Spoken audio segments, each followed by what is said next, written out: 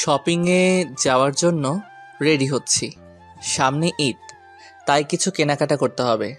এমন সময় আম্মু বলে, আজকে একটু তাড়াতাড়ি আসিস। কেন? তোকে নিয়ে তোর খালার বাসায় যাব। তোমার বোনের বাসায় তুমি যাও, আমি গিয়ে কি করব? বড় খালার বাসায় গেলে আমার বোরিং লাগে, কারণ ওই বাসায় কথা বলার মতো কেউ নাই। আরে যাব তো তোর জন্য, তোকে নিয়ে যাওয়ার জন্য বলেছে। আমার জন্য যাবে মানে? তোকে দেখে না অনেক দিন। ওকে, যাব। তাহলে শপিং করে আয় তাড়াতাড়ি। তারপর আমি শপিং করতে চলে আসলাম। আমার জন্য আর আম্মুর জন্য কিছু কেনাকাটা করে আবার বাসায় ফিরলাম। তাড়াতাড়ি ফ্রেশ হয়ে রেডি হো। আমি তাড়াতাড়ি ফ্রেশ হয়ে রেডি হয়ে নিলাম। চল বাবা, এখন রওনা দেওয়া যাক। 1 ঘন্টা পর খালার বাসায় এসে পৌঁছালাম। আরে বাবা মেহেদি, আসলে তাহলে আমাদের বাসায়? কতদিন হলো তোমাকে দেখি না, অনেক শুকিয়ে গেছো। অসুস্থ ছিলাম যে, এর জন্য শুকিয়ে গেছি। মনে মনে বলি, আমি মোটা ছিলাম কবে যে শুকাবো। ভিতরে যেতে বলবা না? বাইরে আর কত দাঁড়িয়ে থাকবো? আসো ভেতরে আসো, বিশ্রাম নাও তোমরা, আমি তোমাদের জন্য নাস্তা নিয়ে আসছি। নাস্তা শেষ করে আমি একটু ঘুরতে বের হলাম। আর খালার বাসার কাছে সুন্দর একটা জাদুঘর আছে, এটা আমার পছন্দের। জাদুঘরের ভিতরে প্রবেশ করার পর আমি পাশের কক্ষে কয়েকজন মেয়ের কণ্ঠ শুনতে পাই। তারপর আড়াল থেকে লুকিয়ে দেখি সুন্দরী একটা মেয়ে হাসতেছে, চুলগুলি বাতাসে উঠতেছে। মেয়েটার ঠোঁটের নিচে একটা তিলও আছে। অপরূপ সুন্দরী মেয়ে, নীল শাড়িতে একদম পরীর মতো লাগতেছে। প্রথম দেখেই পাগল হয়ে গেলাম। ইচ্ছে করছে এখনই গিয়ে বলে দেই আমি তোমাকে ভালোবাসি পরি। হঠাৎ করে কে যেন আলিফা বলে ডাক দিল, আর তারপরই মেয়েটা হাওয়া হয়ে গেল। চারিদিকে অনেক খুঁজেও পেলাম না। ধুর, পরিচয়টাও হলো না। মনটা নিমিষেই খারাপ হয়ে গেল। অতপর আমি আবার ফিরে আসলাম খালার বাসায়। কি রে মেহেদি, তুই কোথায় ছিলি? ও, আপনাদের তো আমার পরিচয় দেওয়া হয় নাই। আমার নাম মাসুদুর রহমান মেহেদি। আমি মেরিন ইঞ্জিনিয়ারিংয়ে পড়তেছি, ফাইনাল ইয়ার। জি আম্মু, আমি একটু কাপাসাটিয়া মুক্তি সংগ্রাম জাদুঘরে ঘুরতে গিয়েছিলাম। ভালো করেছো, ঘুরলে তোমার মনটা ভালো থাকবে। আর ওই জাদুঘর অনেক সুন্দর। আমাকে সাথে নিয়ে যেতে পারিস না? আমিও একটু ঘুরে আসতাম। তুমি যে যাবে সেটা তো জানতাম না। মনে মনে ভাবছি তোমাকে নিয়ে গেলে হয়তো পরীর দেখা পেতাম না আমি। আচ্ছা তোমরা ডিনার করবে, আসো। খাওয়া দাওয়া শেষে আমি একটু টিভি দেখে ঘুমাতে গেলাম। আমার ঘুম আসছে না, চোখ বন্ধ করলেই সেই পরীর চেহারা ভেসে ওঠে। আমি যে পরীর প্রেমে পড়ে গেছি। এই মেহেদি, কয়টা বাজে? হ্যাঁ, এখনো যে ঘুমাচ্ছিস ষাঁড়ের মতো? তাড়াতাড়ি উঠে ফ্রেশ হয়ে ব্রেকফাস্ট করতে আয়। মনে মনে এই রে পরীকে নিয়ে ভাবতে ভাবতে কখন ঘুমিয়ে গেছি মনেই নাই।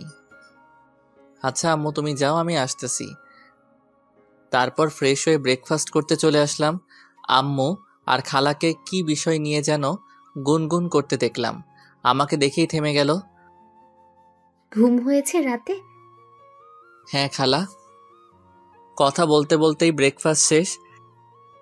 বাবা শোন, আজ তোকে নিয়ে তোর খালার ননদের বাসায় ঘুরতে যাব, রেডি হয়ে নে।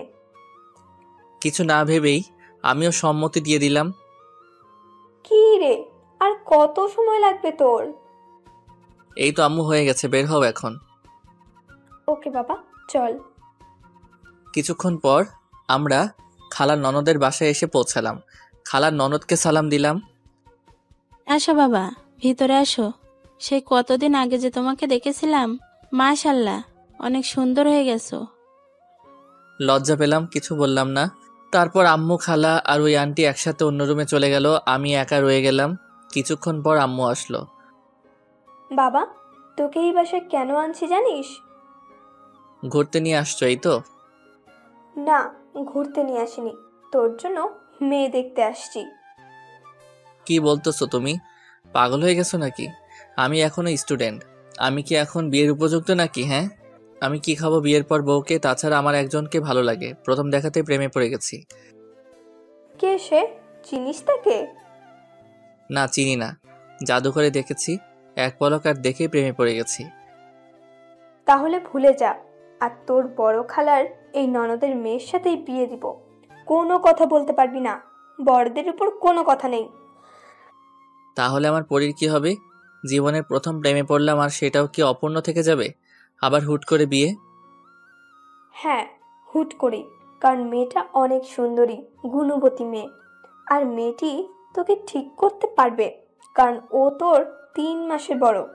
তুই ওর উপর জোর প্রয়োগ করতে পারবি না। কি? একে তো হুট করে বিয়ে, তার উপর আবার সিনিয়র, আমার জীবনটা তেজপাতা করে দিবে। চুপ করে বসে থাক, ওরা মেয়েকে নিয়ে আসবে। আধা ঘন্টা হয়ে গেল, এখনো মহারানীর আসার কোনো খবর নাই। না জানি কত আটা ময়দা মাখতেছে। চুপ কর হারামজাদা, ও এমনিতেই অনেক সুন্দরী, মেকআপ করতে হয় না। আচ্ছা মানলাম। অতপর ৪৫ মিনিট পর মহারানীর আগমন। লম্বা ঘোমটা দিয়ে আসছে, দেখার কোনো উপায় নাই। এসেই আম্মুকে পায়ে ধরে সালাম করে নিল না তো, আমার মাকে আমার কাছ থেকে কেড়ে নিল। বেঁচে থাকো মা, এখন লম্বা ঘুমটাটা সরাও, আমি আমার ছেলের হবু বউকে দেখি। মেয়েটি ঘোমটা সরিয়ে নিল। এ কি দেখছি? মাথা ঠিক আছে তো? না একটা চিমটি কেটে দেখি এটা বাস্তব না সত্য। উফ, অনেক জোরে চিমটি কেটেছি, ব্যথা পাচ্ছি। তাহলে তো এটি কোনো স্বপ্ন নয় রে বালক মেহেদি, এ তো আমার সেই জাদুঘরের হারিয়ে যাওয়া পরী। আর আম্মু ওর সাথে আমার বিয়ে ঠিক করছে। ব্যাপারটা মেঘনা চাইতে বৃষ্টির মতো। আহ, পরীকে নীল শাড়িতে যা লাগতেছে, পুরাই মাথা নষ্ট আমার। ইচ্ছে করছে বিয়ে করে এখনই পরীকে নিয়ে হানিমুনে চলে যাই। উফ, পিঠে চিমটি কাটে আবার কে? এই হারামজাদা, কি হয়েছে তোর? হা করে তাকিয়ে আছিস? কি হবে? হ্যাঁ, কিছু না তো, আমি ঠিক আছি। ইস, সবাই কি বুঝে ফেললো নাকি যে আমি পরিরূপের মায়ায় ডুবে গেছিলাম? মাশাআল্লাহ, অনেক সুন্দর লাগতেছে আজকে আলিফাকে। সুন্দর তো লাগবেই খালা, বউটা যে আমার, আহা, ভাবতেই কত ভাল লাগে। আচ্ছা মিনারাপা, আপনারা কিছু বলছেন না যে? আমার মেয়েকে কি পছন্দ হয় নাই? এই পরীকে কার না পছন্দ হবে? আর হ্যাঁ, আপনাদের একটা কথা বলি, মিনারা হচ্ছে আমার আম্মুর নাম। ওদিকে আম্মু বলছে পছন্দ হবে না কেন? এরকম রূপবতী মেয়েকে পছন্দ না হওয়ার কোনো কারণই নেই। আম্মু আমাকে উদ্দেশ্য করে বলে, কি রে, তোর পছন্দ হয়েছে? তুমি আমার মা, আর তোমার পছন্দই আমার পছন্দ। একটু ভাব নিয়ে বললাম, কারণ একটা মেয়ে যখন জানতে পারে যে একটা ছেলে তাকে অনেক ভালোবাসে, তার প্রতি দুর্বল, তখন মেয়েটা ছেলেটাকে পাত্তাই দেয় না। আলহামদুলিল্লাহ মিনারাপা, আপনার ছেলে যখন রাজি তখন বিয়ের দিন তারিখটা পাকা করে ফেলা যায়। অবশ্যই, আসছে শুক্রবারেই তাহলে পবিত্র কাজটা করা উচিত, যদি আপনাদের কোনো সমস্যা না থাকে। আরে না আপা, কোনো সমস্যা নাই, তাহলে আসছে শুক্রবারই বিয়ে। আহা, আমার এত ভালো লাগে কেন? আমার ক্রাশ আমার বউ হবে, বাহ, ভাবতেই কেমন যেন লাগে। আচ্ছা, তাহলে আলিফাকে নিয়ে ভিতরে যান। ওরা ভিতরে যাওয়ার পর আম্মু আমাকে বলে, কি রে, তখন ওইভাবে হা করে তাকিয়েছিলি কেন? বলছিলাম না ও অনেক রূপবতী, তুই তো শুধু জাদুঘরের মেয়েকে নিয়েই পড়েছিলি। আরে আম্মা, এই সেই জাদুঘরের পরী, যাকে প্রথম দেখেই প্রেমে পড়ে গেছি। আর তুমি তার সাথে আমার বিয়ে ঠিক করছো। তুমি খুব ভালো মা, সেরা মা। আই লাভ ইউ আম্মা। হয়েছে, আর ঢং করতে হবে না। অতপর সবকিছু ঠিক হওয়ার পর আমরা আমাদের বাসায় ফিরলাম। ফিরেই বন্ধুদের কল দিলাম মেসেঞ্জার গ্রুপে। আর হ্যাঁ, আমার বন্ধুদের নাম হলো সজীব, বাপ্পি, তন্ময়, বসর, নুরনবী, আরও অনেকেই। কিরে চাস্তো, কি খবর তোর? খুব ভালো চাস তো, সুখবর আছে তোদের জন্য। কি সুখবর আছে? বল দেখি শুনি। শুক্রবার আমার বিয়ে, আর সেটা আমার ক্রাশের সাথে। কি বলিস রে, তোর বিয়ে আবার ক্রাশের সাথে? কখন কি হলো জানতেই পারলাম না। সব জানতে পারবি কাল সকালে। সবাই বসুন্ধরা শপিং কমপ্লেক্সে চলে আসবি, ওইখানে সব বলবো ও কেনাকাটা করব। ওকে ঠিক আছে। পরদিন সকালে বসুন্ধরা শপিং কমপ্লেক্সে গিয়ে ওদের সবাইকে নিয়ে কেনাকাটা শেষ করে রেস্টুরেন্টে খেতে বসে পুরো ঘটনাটা বললাম। ওরা শোনার পর, কস কি, এ তো পুরো সিনেমাটিক কাহিনী, রূপকথার গল্পের মতো। হ্যাঁ তা বলতে পারিস। আচ্ছা শোন, তোরা সবাই কাল সময় মতো চলে আসবি। তোদের ছাড়া আমি বিয়ে করতে যাব না। আমরা সবাই চলে আসব। এখন তাহলে তুই বাসায় যা। ওদের বিদায় জানিয়ে বাসায় চলে আসলাম। তারপর ফ্রেশ হয়ে ডিনার করে দিলাম এক ঘুম। আর এই ঘুমেই রাত শেষ। ফ্রেশ হয়ে নাস্তা করতে আয়। ফ্রেশ হয়ে নাস্তা করে রুমে চলে আসলাম। বিয়ের সময় হয়ে আসছে, বন্ধুরা সবাই চলে আসছে। কিরে, গোসল করে রেডি হ তাড়াতাড়ি। গোসল করে রেডি হয়ে সবাই মিলে রওনা দিলাম। 30 মিনিট লাগলো পৌঁছতে। সবাই বিয়ের গেট ধরছে। এখন ওদের আবদার পুরা করে বিয়ের পিঁড়িতে বসতে যেতে হবে। অবশেষে বিয়ে করে বাসায় বউ নিয়ে আসলাম। আম্মু আমাদের বরণ করে নিল। তারপর আম্মুকে আমরা সালাম করে বাসর রুমে ঢুকবো। ঠিক ওইখানেও গেট ধরছে আবার ওদের আবদার পূরণ করে বউকে রুমে রেখে ছাদে গেলাম বন্ধুদের সাথে একটু বুদ্ধি পরামর্শ করতে। কিরে চাস্তো, এত সময় লাগে বউয়ের কাছ থেকে আসতে? আরে শালা তো পারছে না ওর বউয়ের কোলে গিয়ে উঠতে। তোরা মজা নিচ্ছিস, ওকে নে মজা। তোদের বিয়েতে আমিও মজা নিব। আরে ভাতিজা, রাগ করো কেন? আজকে তো একটু মজা করবো আমরা। জামাল পুইয়া রে, তাহলে তুই আমার আগে বিয়েটা করে ফেললি? বছরকে উদ্দেশ্য করে। তো কি তোর মতো বুড়ো হয়ে বিয়ে করার ইচ্ছা প্রকাশ করবো নাকি? তোরা নিজেদের মধ্যে ঝগড়া করিস না তো। আমাদের সবার উচিত মেয়েদিকে এখন শুভেচ্ছা জানিয়ে ওর বউয়ের কাছে পাঠানো। ঠিক বলেছিস তুই। তোরা সবাই আমার জন্য দোয়া কর। ওইদিকে আম্মু ডাকছে। এই হারামজাদা, বউ একা বসে আছে, তুই তাড়াতাড়ি রুমে যা। এই রে, অনেক সময় হলো, এবার আসি আমি। শুভ কাজটা সারতে হবে। যা, আর মনে করে বিড়ালটা মারতে ভুলিস না। আরে না কাকা, বিড়ালটাই আগে মারবো। তোরা দোয়া কর, আমি গেলাম। এই বলে আমি বাসর রুমে ঢুকলাম। আমার বুকের হার্টবিট ফাস্ট হয়ে গেছে, পা আর চলছে না। বউ আমার লম্বা ঘোমটা টেনে বসে আছে। আহা কি সুন্দরী বউ আমার। রূপের মায়ায় আমি যে ঘায়েল হয়ে যাচ্ছি। রুমের লাইটটা অফ করে ক্যান্ডেল লাইট জ্বালিয়ে দিলাম। এ কি শুনেছি, বাসরাতে বউ স্বামীর পা ছুঁয়ে সালাম করে, কিন্তু আলিফা যে করছে না। ও যে আমার সিনিয়র, এই জন্যই সালাম করতে হয়তো লজ্জা পাচ্ছে। ইস, আমার লজ্জাবতী বউটারে। না আর দেরি করে লাভ নেই, এখন যাওয়া যাক বউয়ের কাছে। অবশেষে এক বুক সাহস নিয়ে বিড়াল মারার কথা মাথায় রেখে আস্তে আস্তে ওর কাছে গিয়ে বসলাম। যেমনি ঘোমটাটা সরাতে যাব, ঠিক ওই মুহূর্তে আমার হাতটি এক ঝটকায় আমার হাতটি ছাড়িয়ে দিয়ে নিজেই ঘোমটাটা সরিয়ে ফেলল। আহ কি অপরূপ সুন্দরী আমার বউ, যেন পরীর দেশের রানী। চোখে কাজল, বাঁকা দাঁত, ঠোঁটের নিচের তিল, দীঘল কালো ঘন কেশ। উফ, একদম রূপকথা রাজকন্যা। ওদিকে ঘোমটা সরিয়ে ও বলছে, এতক্ষণ ঘোমটা দিয়ে বসে থেকে আমার অস্বস্তি বোধ হচ্ছে। ওর হাতটি ধরতে গেছি, ঠিক তখনই, একদম ধরবি না আমাকে। কি বলছো এসব? স্বামী তার বউয়ের হাত ধরবে না তো কে ধরবে? আর তাছাড়া আমি তোমার স্বামী, তুমি আমাকে তুই করে বলছো কেন? কিসের স্বামী? কে স্বামী? ওর কথা শুনে হতভম্ব হয়ে গেলাম। কি বলো এসব? আমি তোমার স্বামী, আজই তো আমাদের বিয়ে হলো। সরি, আমি তোকে আমার স্বামী মানতে পারবো না। তোমার মাথা কি ঠিক আছে নাকি পুরাই গেছে? হ্যাঁ, এসব কি বলতেছো? মজা করতেছো আমার সাথে?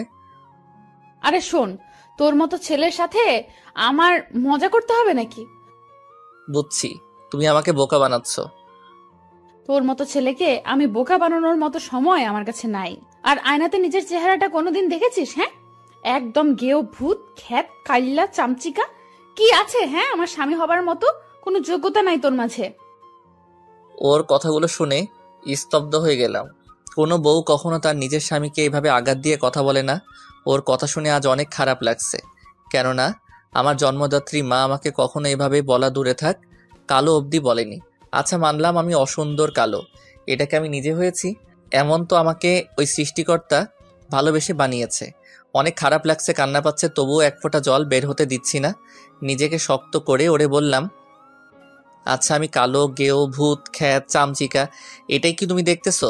একটিবার আমার ভিতরের ভালোবাসা দেখবে না? তোর ভালোবাসার গুল্লি মারি আমি। তুই আমাকে আপনি করে বলবি? আচ্ছা বলবো। আপনি জানেন আমি না আপনাকে প্রথম দেখাতেই ভালোবেসে ফেলছি। সেদিন জাদুঘরে দেখার পর থেকে আমি আপনার জন্য পাগল। দয়া করে আপনি আমার ভালোবাসাটা বোঝার চেষ্টা করুন। আমি আপনার জন্য আমাকে চেঞ্জ করে ফেলবো, তবু আপনি আমাকে কষ্ট দিয়েন না। জীবনের প্রথম কাউকে এতটা ভালোবেসেছি আমি। আপনি আর আমাকে আঘাত করে কথা বলবেন না। আমার ভালোবাসাটা মেনে নেন আপনি। আপনি যা বলবেন আমি তাই করব। আমি আমার লাইফটাকে স্যাক্রিফাইস করে দিব দরকার লাগলে, তবুও আপনি আমাকে স্বামীর অধিকার থেকে বঞ্চিত করবেন না। সরি, আমি তোকে মানতে পারবো না। কারণ হচ্ছে আমি একজনকে ভালোবাসি। আমাদের 3 বছরের সম্পর্ক, আর ও ডাক্তার। তোর মতো সামান্য মেরিন ইঞ্জিনিয়ারিং পড়া ছাত্র না, তাও আবার আমার জুনিয়র তুই। তোরে আমি মানতে পারবো না। ওর সম্পর্কের কথা শুনে আর নিজেকে ঠিক রাখতে পারলাম না। চোখের কোণে পানি বেয়ে বেয়ে পড়তেছে। চোখ মুছে কান্নাজড়িত কণ্ঠে ওকে বললাম, আচ্ছা আপনার সম্পর্ক আছে, তাহলে এই কথা আগে কেন বলেননি? আমি কি দোষ করেছিলাম? কেন আমার জীবনটা শেষ করে দিলেন আমাকে? আমারও তো আর 10টা ছেলের মতো বিয়ে করে বউকে নিয়ে সুখের সংসার করার স্বপ্ন ছিল। কেন আপনি আমার সাথে এমন করলেন? আমার কোনো দোষ নেই। আমি কেন তোর মতো ছেলেকে স্বেচ্ছায় বিয়ে করতে যাব? আমার মা আমাকে বলেছে বিয়ে করতে, আর মা ডাক্তারকে মানবে না, তাই আমাকে এত তাড়াতাড়ি হুট করে তোর সাথে বিয়ে বসতে বাধ্য করেছে। আচ্ছা বুঝলাম সব। এখন তাহলে আমার কি হবে? আমি কোন স্বপ্ন নিয়ে বাঁচবো? তোর কি হবে সেটা তো আমি জানি না, সেটা তুই জানিস কি করবি। পারলে একটা রিলেশন করে বিয়ে করে নিস। আর হ্যাঁ, তুই কখনো আমার কাছে স্বামীর অধিকার চাইবি না, আমার কাছেও আসবি না। আমাকে কি মনে হয় আপনার কাছে? হ্যাঁ, ভালোবাসা এতই সস্তা নাকি যে আজকে আপনাকে ভুলে গিয়ে কালকে অন্যজনের সাথে রিলেশন করে বিয়ে করে ফেলবো? আমি আপনাকে ভালোবাসতাম, ভালোবাসি, আর ভবিষ্যতেও বাসবো, কিন্তু কখনো আপনার কাছে ভালোবাসা চাইবো না, কথাটি বলে দিলাম। আর এটাও শুনেন, আপনি নিজেই একদিন আমার কাছে আসবেন, ভালোবাসা ভিক্ষা চাইবেন, কিন্তু সেদিন আমি পাথর হয়ে যাব, ফিরিয়ে দিব আপনাকে, কিন্তু ভালোবাসবো ঠিকই আপনাকেই। একা জীবনটা কাটিয়ে দিব, তবুও ভালোবাসা চাইবো না। আর বললেন না আপনার কাছে যেন স্বামীর অধিকার নিয়ে না যাই। আরে শুনেন, আমি আপনাকে কোনোদিন টাচও করব না। আর যারে ভালোবাসেন তাকে নিয়ে সুখী হয়েন। ডিভোর্স দিয়ে দিব আপনাকে, চাইতেও হবে না। ডাক্তারের ভালোবাসা সত্যি হলে আপনি আমার বউ হবার আগেই ডাক্তার আপনাকে বিয়ে করে নিতে পারত। আপনি একদিন বুঝবেন আর কাঁদবেন, যেমন আজ আমি কাঁদতেছি। আচ্ছা, আর ফালতু বকিস না তো। তুই বসে বসে স্বপ্ন দেখ এই দিনের আশায়। আর ডিভোর্স তুই কি দিতে চাইবি? আমি নিজেই তোকে ডিভোর্সের জন্য বলতাম। তোকে আমার একদমই সহ্য হয় না। এখন ঘুমাবো একটু শান্তিতে। তুই আবার কোনো সুযোগ নিতে আসবি না। আমাকে টাচ করলে তোর আম্মুকে তোর নামে মিথ্যা অপবাদ দিব। ওকে যান, আপনি ঘুমান, আর আপনি নিশ্চিন্তে থাকেন, আপনাকে একটি ফুলের টোকাও দেয়া হবে না। আমি কিভাবে ঘুমাবো যদি তুই আমার সাথে একই খাটে ঘুমাতে চাস? আপনার সাথে আমি ঘুমাবো পাগল হইনি আমি, বুঝছেন? আপনি খাটে ঘুমান, আমি সোফায় ঘুমাবো, নিচে ডাইনিং রুমে। না, নিচে ডাইনিং রুমে না, তাহলে সবাই সন্দেহ করতে পারে। আজব, তাহলে আমি কোথায় ঘুমাবো? তুই এই রুমেই বালিশ নিয়ে ফ্লোরে ঘুমাবি। আচ্ছা আপনি ঘুমান নির্ভয়ে। ওকে, তুইও ঘুমা। শুভরাত্রি। শুভরাত্রি বলে উনি ঘুমিয়ে গেল। কচু রাত্রি। আমার সবাই বিয়ের প্রথম রাতে বউয়ের ভালোবাসা উপভোগ করে, আর আমার কিনা ডিভোর্সের কথা শুনতে হয়। কত স্বপ্ন ছিল এই বাসর রাতকে নিয়ে, আর হয়ে গেল কি? এটাই আমার কপাল। এসব ভাবতে ভাবতেই আলিফার ঘুমন্ত মুখখানির দিকে চোখ পড়তেই আমি আবার ক্রাশ খেয়েছি। একটা মেয়ে এত সুন্দরী কিভাবে হয়? এত সুন্দরী একটি মেয়ের মনটা এত কুৎসিত কেন? আমার একটু বুঝে না। আমি যে ওরে অনেক বেশি ভালোবাসি, কি করে ওরে ভুলবো? ভুলতে যে হবেই। ওর মুখের উপর চুলকুলি চলে এসেছে, সরিয়ে দিব কি করে? আমি যে কথা দিয়েছি ওরে কখনো টাচ করব না। এসব ভাবতে ভাবতেই কখন যে ঘুমিয়ে পড়েছি, আর কখন রাতের অন্ধকার কেটে গিয়ে দিনের আলো ফুটে উঠেছে নিজেও জানি না। আম্মুর ডাকে ঘুম ভাঙে। বৌমা, ও বৌমা, সকাল হয়েছে, এবার ঘুম থেকে উঠে ফ্রেশ হয়ে মেহেদিকে সাথে নিয়ে নাস্তা করতে আসো। মা আপনি যান, আমরা ফ্রেশ হয়ে আসতেছি। মায়ের সাথে কি সুন্দর করে কথা বললো, আর আমার সাথে কুত্তার মতো ব্যবহার করে। ওই গেও ভূত, ঘুম থেকে উঠে ফ্রেশ হয়ে নাস্তা করতে চল। জি উঠছি। এরপর ফ্রেশ হয়ে দুইজন একসাথে বের হবার আগে ওরে বললাম, শুনেন, আপনার আর আমার মাঝে কি চলছে এবং কি হতে যাচ্ছে সেটা শুধু আমরাই জানি, আর কেউ যেন না জানতে পারে। আম্মুর সামনে এমনভাবে আমার সাথে কথা বলবেন যাতে আম্মু না বুঝতে পারে আমাদের মাঝে কি চলছে। আচ্ছা ঠিক আছে, চল। ওকে চলেন। ডাইনিং রুমে চলে আসছি। মাশাল্লাহ, বৌমাকে অনেক সুন্দর লাগছে। আসো মা, আসো, আমার সাথে বসো তুমি। বাহ, কি সুন্দর কথা! এখনই আমার মা আমাকে ভুলে গেছে, নকল বউ মাকে নিয়ে আছে, আবার আদর করে সাথে বসানো হচ্ছে। আমি এখন পর হয়ে গেছি। কি রে মেহেদি, তুই কিছু বলছিস না যে? চুপ করে আছিস কেন? কি বলবো, বলার মানুষ তো এসেই গেছে, এখন আমি না বললেও হবে। ক্ষুধা লেগেছে অনেক, খেতে দাও। তারপর খাওয়া দাওয়া শেষ করে যখন উঠবো তখন আম্মু বলল, শুনো, আমি চাইছি তোমরা এই মাসের 15 তারিখে হানিমুনে চলে যাও। 1 মাস ঘুরে আসো দুজন। একসাথে থাকলে তোমাদের অনেক ভালো লাগবে। না মা, এখন এসব হানিমুনের দরকার নেই। বিয়েটাই যেখানে মিথ্যা হয়ে গেছে, ডিভোর্স হয়ে যাবে, সেখানে হানিমুনের দরকার নেই। কথাটি আসতে বললাম। দরকার নেই মানে কি? হ্যাঁ, তুই কি পাগল হয়ে গেছিস? বিয়ের পর হানিমুন হবে না তা তো মেনে নেওয়া যায় না। হানিমুন হবে। আমি যা বলছি তার বাইরে একটি কথাও বলবি না তুই। হ্যাঁ মা, আপনি ঠিক বলছেন, আমরা হানিমুনে যাব, আপনি যাবার ব্যবস্থা করেন। এই মেয়েটি কি পাগল হয়ে গেছে? নিজেই বিয়ে মানছেন, আবার নিজেই এখন বলছে হানিমুনে যাবার ব্যবস্থা করতে। লজ্জা বলতেই কিছু নাই মেয়েটির। হ্যাঁ বৌমা, সব ব্যবস্থা হয়ে গেছে। আগামী 15 তারিখে তোমাদের ফ্লাইট, আর তোমরা যাচ্ছ লন্ডন। আচ্ছা ঠিক আছে। তারপর রুমে চলে আসলাম। রুমে এসে ওরে বললাম, আপনি কি পাগল? নিজেই বিয়েটা মানছেন না, আবার সে আপনি নিজে থেকে হানিমুনে যাওয়ার জন্য রাজি। আরে গাধা, হানিমুনে গিয়ে তো আর আমি তোর সাথে ঘুরবো না। তুই তোর মতো থাকবি, আমি আমার মতো ডাক্তারের সাথে ঘুরবো। মানে কি? হ্যাঁ, আপনি এখন আমার বউ, আর তাই আপনি এসব করতে পারবেন না। ডিভোর্সের পর যা মন চাই করবেন, আমার কোনো আপত্তি নেই। আচ্ছা যা, ঠিক আছে, মানলাম তোর এই কথা। ধন্যবাদ। ওয়েলকাম। শোন, আমার কিছু কেনাকাটা করতে হবে, তুই আমার সাথে যাবি। আচ্ছা আপনি রেডি হন, এখনই বের হব। তারপর রেডি হয়ে সোজা তার জন্য মার্কেটে চলে গেলাম। দেখ তো আমাকে কোন শাড়িতে মানাবে। আপনি নীল শাড়িটা নিতে পারেন, নীল শাড়িতে আপনাকে পরীর মতো লাগে। তারপর তার পছন্দ মতো প্রয়োজনীয় কেনাকাটা শেষ করে একটি রেস্টুরেন্টে গেলাম। ওরে বললাম, আপনি কি খাবেন অর্ডার দেন, আমি বিল দিয়ে দিচ্ছি। কেন, তুই কিছু খাবি না? আমার মনে এত রং নাই, আমি খাবো না, তাই আপনি খান। ওকে, তাহলে তুই কি করবি? এখন সেলুনে যাব চুলের ট্রিটমেন্ট করাইতে। আচ্ছা যা তুই, আমি খাওয়া শেষ করে বাসায় চলে যাব। তারপর রেস্টুরেন্ট থেকে সোজা জেন্টস পার্লারে চলে আসলাম। পার্লারের বিউটিশিয়ানকে ডেকে বললাম, আমার বউ আমাকে এভাবে অপমান করছে, এখন আপনারা এমন কিছু করে দেন যাতে ও দেখলেই অবাক হয়ে যায়। আরে ভাই, কোনো টেনশন নাই, আপনি বসেন, 1 ঘন্টার মধ্যে আপনাকে স্মার্ট লুক দিব। আপনার দাড়ি ও চুল দুটাই ট্রিটমেন্ট করে আপনাকে হিরো বানিয়ে দেব। তার কথা শুনে অনেক খুশি হয়ে গেলাম। তারপর সে শুরু করে দিল আমাকে আধুনিক স্মার্ট লুক দেওয়ার কাজ। 1 ঘন্টা পর তার কাজ শেষে আমাকে বলল, ভাই, এখন চোখ মেলে আয়নাতে আপনাকে দেখেন, চিনতে পারছেন কিনা? চোখ মেলে আয়নাতে তাকিয়ে দেখে পুরো অবাক হয়ে গেলাম। আমি নিজেই নিজেকে চিনতে পারছি না। গেও খ্যাত বলে আমাকে এত অপমান করেছে যে সেও যদি আজ আমাকে দেখে চিনতে পারবে না। আজ আমি আধুনিক যুগের আর 10টা স্মার্ট ছেলের মতো আমিও স্মার্ট, আর কেউ আমাকে আমার লুকের জন্য অপমান করে কটু কথা শোনাতে পারবে না। আজ আমি অনেক খুশি। তারপর পার্লারের বিউটিশিয়ান আমার বিল কত হয়েছে তা জেনে তা পরিশোধ করে। তার সাথে তাকে 500 টাকা বকশিশ দিয়ে আমি পার্লার ত্যাগ করলাম।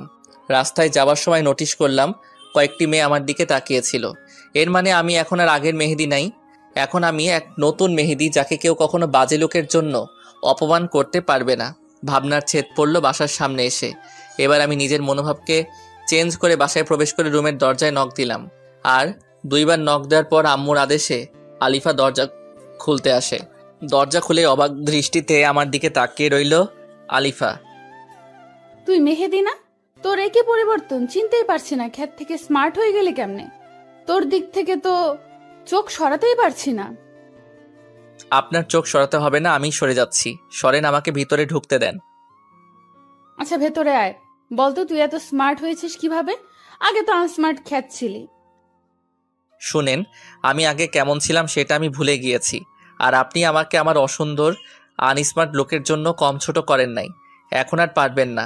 মানুষ চাইলে যে কোনো মুহূর্তে পরিবর্তন হতে পারে, আর পরিবর্তনের কারণটা আজীবন মনে রাখে। আমিও মনে রেখে দিয়েছি আমাকে কতটা অপদস্থ করা হয়েছে, তা ভুলব না কখনো। আর এখন থেকে দেখবেন কিভাবে আমার ভালোবাসাও পরিবর্তন হয়ে যায়। আরে তোর পরিবর্তনে আমার কিছু আসে যায় না, বুঝলি? কারণ আমি আমার ডাক্তারকে ভালোবাসি। বৌমা, তোমরা দুজনে কিসের আলাপ করছো? আর মেহেদি, তোর এত পরিবর্তন কিভাবে? আমি কত বলেছি নিজেকে পরিবর্তন করতে, করিসনি। আর এখন বউয়ের ভালোবাসা পেয়ে এত পরিবর্তন? এমনি হানিমুনে নিয়ে আলোচনা করছিলাম মা। কত বড় মিথ্যা কথাটা বলল ডাইনিটা। আর আমারও যে কথা ভালোবাসা পেয়ে নাকি এমন পরিবর্তন, সত্য কথা যদি জানতো মা অনেক বেশি কষ্ট পেত। যাই হোক, এবার বাস্তবে ফিরে আসা যাক। মা, বিয়ের পর সবাই পরিবর্তন হয়, তাই আমিও হলাম। তাছাড়া আমার বউ যে সুন্দরী, ওর সাথে মানানোর জন্য আমাকে তো একটু পরিবর্তন হতেই হবে, তাই না? তাছাড়া ওরও তো আশা থাকতে পারে যে ওর স্বামী অনেক স্মার্ট হবে, তাই সবকিছু ভেবেই এই পরিবর্তন। বাহ, ভালো লাগলো তোর কথা শুনে। তুই বুঝতে পারছিস তোর বউকে। আচ্ছা, এখন আয় বাবা, খেয়ে বিশ্রাম কর। আচ্ছা আম্মু, আমরা ফ্রেশ হয়ে আসছি। তারপর ফ্রেশ হয়ে রাতের খাবার খেয়ে রুমে চলে এলাম। শোন, আজকে চাইলে তুই বিছানায় থাকতে পারিস, অসুবিধা নেই। তার আর কোনো দরকার নেই, আমার কোনো চাওয়া নেই। সকল চাওয়া পাওয়াকে মাটি দিয়ে দিছি। আমি চাই না কারোর সাথে ঘুমোতে। নিচে থেকে বললাম তো, তাই দাম দিলি না। ওকে যা, ফ্লোরে ঘুমা। জি, আপনি বিছানায় আরাম করে নির্ভয়ে ঘুমান, আমি ফ্লোরেই ঘুমাবো। ওকে, গুড নাইট। দরদ দেখাতে আসছে আমাকে। চাই না কেউ আমার প্রতি দরদ দেখাক। নিজে তো আরাম করে ঘুমাচ্ছে, কষ্ট হচ্ছে আমার। নিজের বাড়ি আর নিজের কিনা বিছানা রেখে ফ্লোরে ঘুমাতে হয়। একেই বলে কপালের নাম গোপাল। যাই হোক, ঘুমিয়ে পড়ি। সকালবেলায় এই মেহেদি, ঘুম থেকে উঠবি না, সকাল হয়ে গেছে তো। কি হয়েছে? হ্যাঁ, কেবলই তো ঘুমিয়েছি, বিরক্ত করবেন না যান। আর চোখে পরীকে দেখে নিলাম। ভেজা খোলা চুলের ঘ্রাণে আমি মাতাল হয়ে যাচ্ছি। অপরূপ সুন্দর লাগছে ওকে। দূর, কি ভাবছি এসব, ওরে নিয়ে এত ভেবে লাভ নেই। এখন ফ্রেশ হয়ে আসি। ফ্রেশ হয়ে সরাসরি নাস্তা করতে চলে গেলাম। আমার সামনে বসছে আলিফা। আমি খাওয়ার পাশাপাশি ওকেও দেখছি। বিষয়টা ও বুঝতে পারে। এই খাবারের সময় অন্যদিকে তাকাতে নেই, খেয়ে ওঠো। মা সাথে, তাই আজ বউ ভালোবেসে সুন্দর করে একটা কথা বলল। এতদিনের বিবাহিত জীবন অতিবাহিত করার পর মাকে দেখানোর জন্য বলা হলেও এতেই আমি ভালোবাসা খুঁজে নিয়েছি। খাওয়া শেষে মা বলল, তোমরা সবকিছু গুছিয়ে ফেলো, আজ বিকালেই তোমাদের হানিমুনের ফ্লাইট। ওয়াও মা, এটা তো খুশির কথা। আমি এক্ষুনি যাচ্ছি সবকিছু গোছাতে। এই তুমিও আসো, আমাকে হেল্প করবে। আমাকে উদ্দেশ্য করে বলল কথাটা। আচ্ছা চলো। মনে মনে ভাবছি বউটা এত ভালো হলো কেমনে। আজ ওর কথাতে শুধু ভালোবাসা লেগে আছে। যাই হোক, আমাদের সবকিছু গোছানো শেষ। আমরা এখন রেডি, বের হব। আমাদের সাথে আম্মু যাবে, আমাদের এয়ারপোর্ট পর্যন্ত দিয়ে আসবে, সাথে ফ্রেন্ডরাও আছে। অবশেষে 1 ঘন্টা পর আমরা এয়ারপোর্টে এসে পৌঁছালাম। এই নে বাবা, তোদের দুজনের টিকিট। সাবধানে রাখ, আর গিয়ে পৌঁছালেই জানাবি। আচ্ছা মা, আমাদের জন্য দোয়া করবে। সাবধানে যাস, আর কোন দরকার পড়লে জানাতে ভুলবি না। আর হানিমুন থেকে আসার সময় সুখবরটাও নিয়ে আসবি। আচ্ছা, তোমরা সবাই ভালো থাকো। আর মা, তুমি নিজের প্রতি খেয়াল রাখবে, ঠিক মতো ওষুধগুলো খাবে। কোনো কিছু দরকার হলে আমার বন্ধুদের বলবে। আর শোন বন্ধু, তোরাও ভালো থাকিস আর দোয়া করিস। এই বলে সবার কাছ থেকে বিদায় নিয়ে আমরা দুজন প্লেনে আমাদের সিটে গিয়ে বসলাম। আজ তোমাকে অনেক সুন্দর লাগছে। সবাই হা করে তাকিয়ে আছে, আমার দেখে সহ্য হচ্ছে না। তুমি জানলার পাশে এসে বসো। হুট করে আমার প্রতি এত প্রেম কোথা থেকে আসলো? আর ওরা তাকালেই আপনার কি? আপনি তো আমাকে মানেন না আপনার স্বামী হিসেবে। এটা বুঝবে না তুমি। একটা মেয়ে একটা ছেলেকে ভালো না বাসলেও সেই ছেলের সাথে অন্য কাউকে সহ্য করতে পারে না। আর হ্যাঁ, তুমি এখন থেকে আমাকে আর আপনি করে না, তুমি করে বলবে, না হলে সবাই ভাববে আমাদের মাঝে কোনো ঝামেলা আছে। আচ্ছা ঠিক আছে, আপনি যা বলেন তাই হবে। আপনি যা বলেন মানে কি? হ্যাঁ, তুমি বলবা। ওকে, তুমি যা বলো। তারপর প্লেন উঠতে শুরু করলো। এদিকে এক সুন্দরী এয়ার হোস্টেস এসে আমাকে বলল, এই যে শোনেন, আপনি তো মেহেদি, আর উনি আপনার স্ত্রী আলিফা সোহাব। হ্যাঁ, কি বলবেন বলেন। আলিফাকে দেখিয়ে সুন্দর করে বললাম, আলিফা তো জ্বলে পড়ে মরছে, আমার অনেক ভালো লাগছে। জি, আপনাদের সিট বেল্ট লাগান, আর এই যে আপনাদের নাস্তা খেয়ে নিন, আর যে কোনো প্রয়োজনে আমাকে ডাকবেন। আর একটা কথা, আপনাকে অনেক স্মার্ট লাগছে। ওকে ঠিক আছে, আমি প্রয়োজনে আপনাকে ডাকবো। এদিকে বউ তো জ্বলতেছে আগুনের মতো। এই কুত্তা হারামি, এয়ার হোস্টেসের সাথে তুই আর কোনো কথা বলবি না। যা বলার আমি বলবো, কথাটা মনে থাকে যেন। আমি ওরে রাগানোর জন্য যেই না এয়ার হোস্টেসকে ডাক দিতে যাব, আলিফা আমাকে অমনি ধরে বলল, এই কুত্তা, তোকে না কেবলই বললাম তুই এই মেয়েকে ডাকবি না, তাহলে কেন ডাকলি? আমার কথা কি মাথায় ঢুকেনি, নাকি মেরে ঢুকাতে হবে? এই ছাড়ো না, সবাই দেখছে, সবাই কি বলবে বলো তো। ছেড়ে দাও, তোমার স্বামীর মান সম্মান কি তুমি ক্ষুণ্ণ করতে চাও? যে দেখার দেখুক, তাতে আমার কি? আমি আমার জুনিয়র স্বামীকে শাসন করব। কার কি? হ্যাঁ, একদম চুপচাপ থাকবে। কারোর সাথে কথা বলো তো দূরে থাক, তাকাবেও না। আচ্ছা, জো হুকুম মহারানী। আমি আর কারো দিকে তাকাবো না, শুধু আমার এই পরীর দিকে অপলক দৃষ্টিতে তাকিয়ে থাকবো, আর তোমার রূপের মুগ্ধতায় নিজেকে ডুবিয়ে নিব। এই যাও তো দুষ্টু, এভাবে বলবে না, আমার লজ্জা লাগে, আর পরে তোমার প্রেমে পড়ে যাব। ওর হাতটি ধরে বললাম, সমস্যা নাই তো, স্বামীর প্রেমে তো স্ত্রী পড়বে। কিন্তু আমি যে ডাক্তারকে ভালোবাসি, ওরে ভুলতে পারবো না আমি। আমি তোমাকে এত বেশি ভালোবাসা দিব যে তুমি ডাক্তারকে ভুলে গিয়ে আমার ভালোবাসায় ডুব দিতে চাইবে। আচ্ছা দুষ্টু, এখন চুপচাপ করে বসো। এয়ার হোস্টেস আপু, দয়া করে একটু এদিকে আসবেন। জি ম্যাম, বলুন। আপনি এখন থেকে যা কথা বলার আমার সাথে বলবেন, আমার স্বামীর সাথে কোনো কথা বলতে হবে না। কিন্তু ম্যাম। কোনো কিন্তু নেই, আমি যা বলছি তাই করবেন। কথাটা ভালো করে মাথায় ঢুকিয়ে নেই। আচ্ছা ম্যাম, ঠিক আছে। তুমি এভাবে না বললেও পারতে। আমি কিভাবে বলবো না বলবো সেটা তোমার বলে দিতে হবে না। চুপ করে বসে থাকো আমার দিকে তাকিয়ে। আচ্ছা, ব্যাপারটা বুঝছি না, ও কি প্রেমে পড়লো আমার? হঠাৎ করে এত ভালোবাসা কেন দেখাচ্ছে? যাই হোক, আমি এত কিছু ভাবতে পারবো না, বরং ওর দিকে তাকিয়ে ওর রূপের মুগ্ধতায় ডুবে যাই। অতঃপর 3 ঘন্টা শেষে প্লেন অবতরণ করলো। এই আমার হাত ধরে নিয়ে নামো তো। একা একা চলে যাচ্ছে বউকে রেখে, কত বড় কলিজা। আচ্ছা আসো। তারপর আমরা এয়ারপোর্ট থেকে ট্যাক্সি নিয়ে সোজা বালির রিসর্টের কাছাকাছি একটি হোটেলে গিয়ে উঠি। হোটেলটি খুব নিরিবিলি জায়গায়, সমুদ্রের সাথে, তাই বারান্দা থেকে সমুদ্রের ভিউটা উপভোগ করা যায়। আমাদের পৌঁছাতে সন্ধ্যা হয়ে গেছে, তাই আর আজ সমুদ্র সৈকতে যাইনি। এসেই বাসায় ফোন দিয়ে আম্মুকে ও বন্ধুদের জানিয়ে বারান্দায় বসে সমুদ্রের তীরে আশ্রে পড়া ঢেউ আর সমুদ্রের ভিউটা উপভোগ করছি। এমত অবস্থায়, এই আর কতক্ষণ বসে বসে থাকবো? আসো, ডিনার করে এসে গল্প করব। ওকে চলো। তারপর দুজন একসাথে হাতে হাত মিলিয়ে চলে গেলাম ডিনার করতে।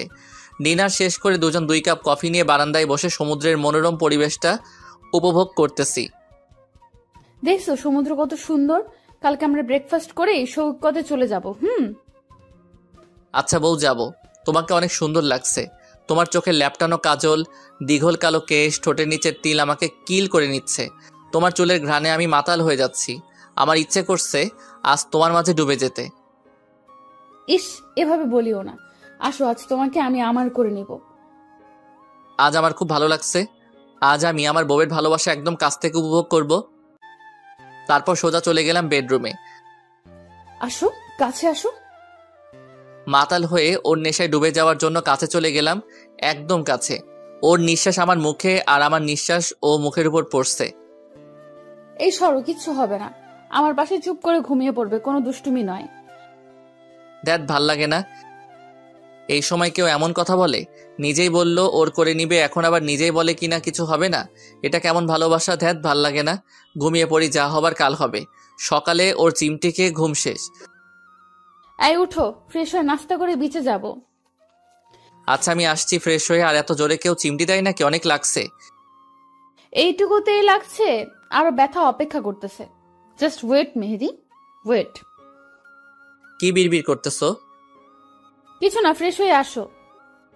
ফ্রেশ হয়ে নাস্তা করে দুজনে বালির একটি কফি শপে গেলাম। এখানে অনেক ভালো কফি পাওয়া যায়, যা বিশ্বের সেরা মানের কফি, এবং এখান থেকে এগুলো সাপ্লাই দেওয়া হয়।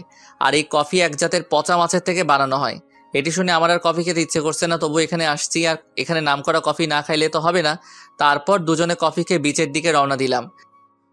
দেখছো বীজটা কত সুন্দর, পানি একদম ফ্রেশ, নিচের বালি দেখা যাচ্ছে, এত পরিষ্কার। এই চলো না একটু দুজনে ভিজে গোসল করে যাই। না, এখানে না, এখানে সবচেয়ে আকর্ষণীয় পিঙ্ক বিচে গিয়ে ভিজবো। আচ্ছা চলো তাহলে আমরা পিঙ্ক বিচেই যাই। তারপর আমরা একটি স্পিড বোটে করে পিঙ্ক বিচে গেলাম। ওয়াও জোস, কত সুন্দর বিচ, একদম পিঙ্ক। আর এই জন্য এই বিচের নাম পিঙ্ক বিচ। ওকে চলো, সুইম কস্টিউম পরে আমরা সাঁতার কাটবো। ওকে। তারপর দুজনে সুইম কস্টিউম পরে পানিতে নেমে পড়লাম। অনেক ভালো লাগছে আমার আজকে। এই চলো না আমরা এই পাশে যাই, এই পাশে মানুষ আছে, ওই পাশে কেউ নেই, নিশ্চয়ই ওই পাশের পানি আরো বেশি পরিষ্কার। আচ্ছা চলো। আমরাই শুধু, আর কেউ নাই এখানে। সাগরের উত্তাল ঢেউ আছড়ে পড়েছে বিচে, ভিউটা জোস, আর সাথে সুন্দরী বউ, সব মিলিয়ে নিজেকে সিনেমার হিরো মনে হচ্ছে।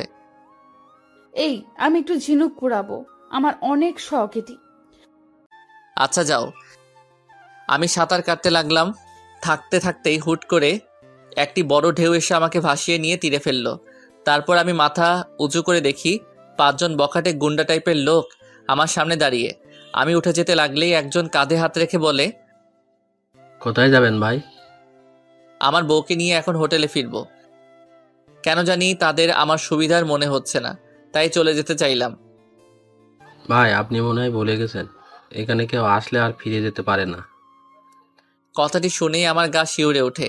চুপসে যাওয়া কণ্ঠে বললাম, কি বলছেন ভাই? যেতে পারবো না? কেন আসছি? যখন তখন যেতেও পারবো। সিগারেটে জোরে টান দিয়ে আমার মুখে ধোয়া ফু দিয়ে বলল, এই বিষ পিঙ্ক বিষ হলেও আজ তোর জন্য এই বিষ ডেড বিষ। বুঝতে আর দেরি হলো না, এরা গুন্ডা আমাকে ফেলে হয়তো আমার বউকে নিয়ে চলে যাবে। আমি এদিক ওদিক তাকিয়ে দেখি আলিফা কোথাও নেই। আমি অনেক ভয় পেয়ে যাই। আমি পালানোর চেষ্টা করার আগেই হায়নার দল আমার উপরে ঝাঁপিয়ে পড়ল। প্রাণপণে চেষ্টা করলাম নিজেকে বাঁচানোর জন্য, কিন্তু পেরে উঠলাম না 5 জনের সাথে। অনেকক্ষণ মারার পর তারা ভাবছে আমি মারা গিয়েছি, তাই বখাটে গুন্ডাদের লিডার করে যেন ফোন দিয়ে আসতে বলল। কিছুক্ষণ পর আমি যা দেখলাম তা দেখার জন্য আমি মোটেও প্রস্তুত ছিলাম না। দেখলাম আলিফা একটি লোকের সাথে হাসতে হাসতে এই গুন্ডাদের কাছে আসলো। লোকটি আর কেউ না, আলিফার প্রেমিক ডাক্তার নিলয়। কাজ খতম হয়েছে? হ্যাঁ বস, আপনি যেভাবে বলেছেন সেভাবেই করেছি। আহারে বেচারা, কি ভয়ঙ্কর মৃত্যুটাই না দেখতে হলো। 2 দিনের দেখানো মিথ্যা ভালোবাসায় সব ভুলে গেছিল। লাশটাকে এই সমুদ্রে ভাসিয়ে দে, আর নে তোদের পারিশ্রমিক। এসব কি দেখছি, কি শুনলাম আমি? আমার ভালোবাসায় আমার মৃত্যুর কারণ? আমি কি দোষ করেছিলাম? শুধু ভালোবেসেছিলাম। আমি তো নিজেই ওর লাইফ থেকে সরে যেতে চেয়েছি, আর ও কিনা আমাকে এভাবে মিথ্যা ভালোবাসার লোভ দেখিয়ে এভাবে পৃথিবী থেকে সরিয়ে দিচ্ছে। এত নিষ্ঠুর হয় কিভাবে একটা মানুষ? চলে গেল ওরা দুজন, আর বকাটেরা আমাকে জোরে জোরে লাঠি দিয়ে আঘাত করে আমাকে ভাসিয়ে দিল। তারপর আমার আর কিছু মনে নাই। তারপর হঠাৎ একদিন আমার জ্ঞান ফিরে আসে, আর নিজেকে একটা চারকোনা দেয়ালের মাঝে আবিষ্কার করি। কিন্তু আমি এখানে কি করে আসলাম? কে আমাকে নিয়ে আসলো এখানে?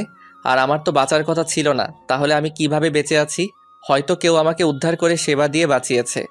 আল্লাহ চাইনি আমার মৃত্যু। আমার যে ফিরতে হবে, প্রতিশোধ নিতে হবে। কিন্তু আমি তো উঠতে পারছি না। তার মানে কি আমি আর হাঁটতে পারবো না? ভাবতেই 2 চোখ বেয়ে জল গড়িয়ে পড়ছে। হঠাৎ করে একজন লোকের আগমন। মাঝবয়সী, মাঝারি উচ্চতার, দেখে মনে হচ্ছে ডাক্তার হবে। তার মানে এই ডাক্তার আমার চিকিৎসা করছে। কিছুক্ষণ পর একজন বৃদ্ধ আসলো, আর ডাক্তারকে কি যেন বলল আমি বুঝতে পারলাম না, কারণ আমি বাঙালি আর এরা তো ইন্দোনেশিয়ান, তাই তাদের কথা আমার বোধগম্য নয়। তারপর ডাক্তার কাছে এসে আমাকে ইশারা করলো উঠে বসতে, কিন্তু আমি যে উঠতে পারছি না। এত বাজেভাবে আমাকে মেরেছে ওই হায়নার দল যে আমি উঠতে পারছি না।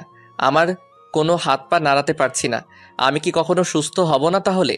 আর আমি কবে আমার মায়ের কাছে যাব? হয়তোবা ওই কালনাগিনী গিয়ে বলেছে আমি আর বেঁচে নেই। আমার মা কেমন আছে, কি করছে, কিছু জানার উপায় নেই। আর ওদিকে কালনাগিনী সম্ভবত ডাক্তারকে বিয়ে করে সুখের সংসার করছে। সুখ সবার কপালে থাকে না। আজ আমি বেঁচে থাকার পরও মৃত। আমার কোনো ক্ষমতা নেই হাতে। আজ আমি অসহায়। আমার ফোন, টাকা পয়সা যা ছিল সব নিয়ে নিছে। আমি কবে সুস্থ হব, আর কবেই বা মায়ের কাছে ফিরে যাব? হয়তো মা এতদিনে ছেলের মিথ্যা মৃত্যুর খবর পেয়ে ভেঙে পড়েছে, আর হয়তো মনেও নেই আমাকে। ডাক্তার তার ব্যাগ থেকে ওষুধ বের করে খাইয়ে দিয়ে বৃদ্ধ লোকটাকে কি যেন বলে চলে গেলেন।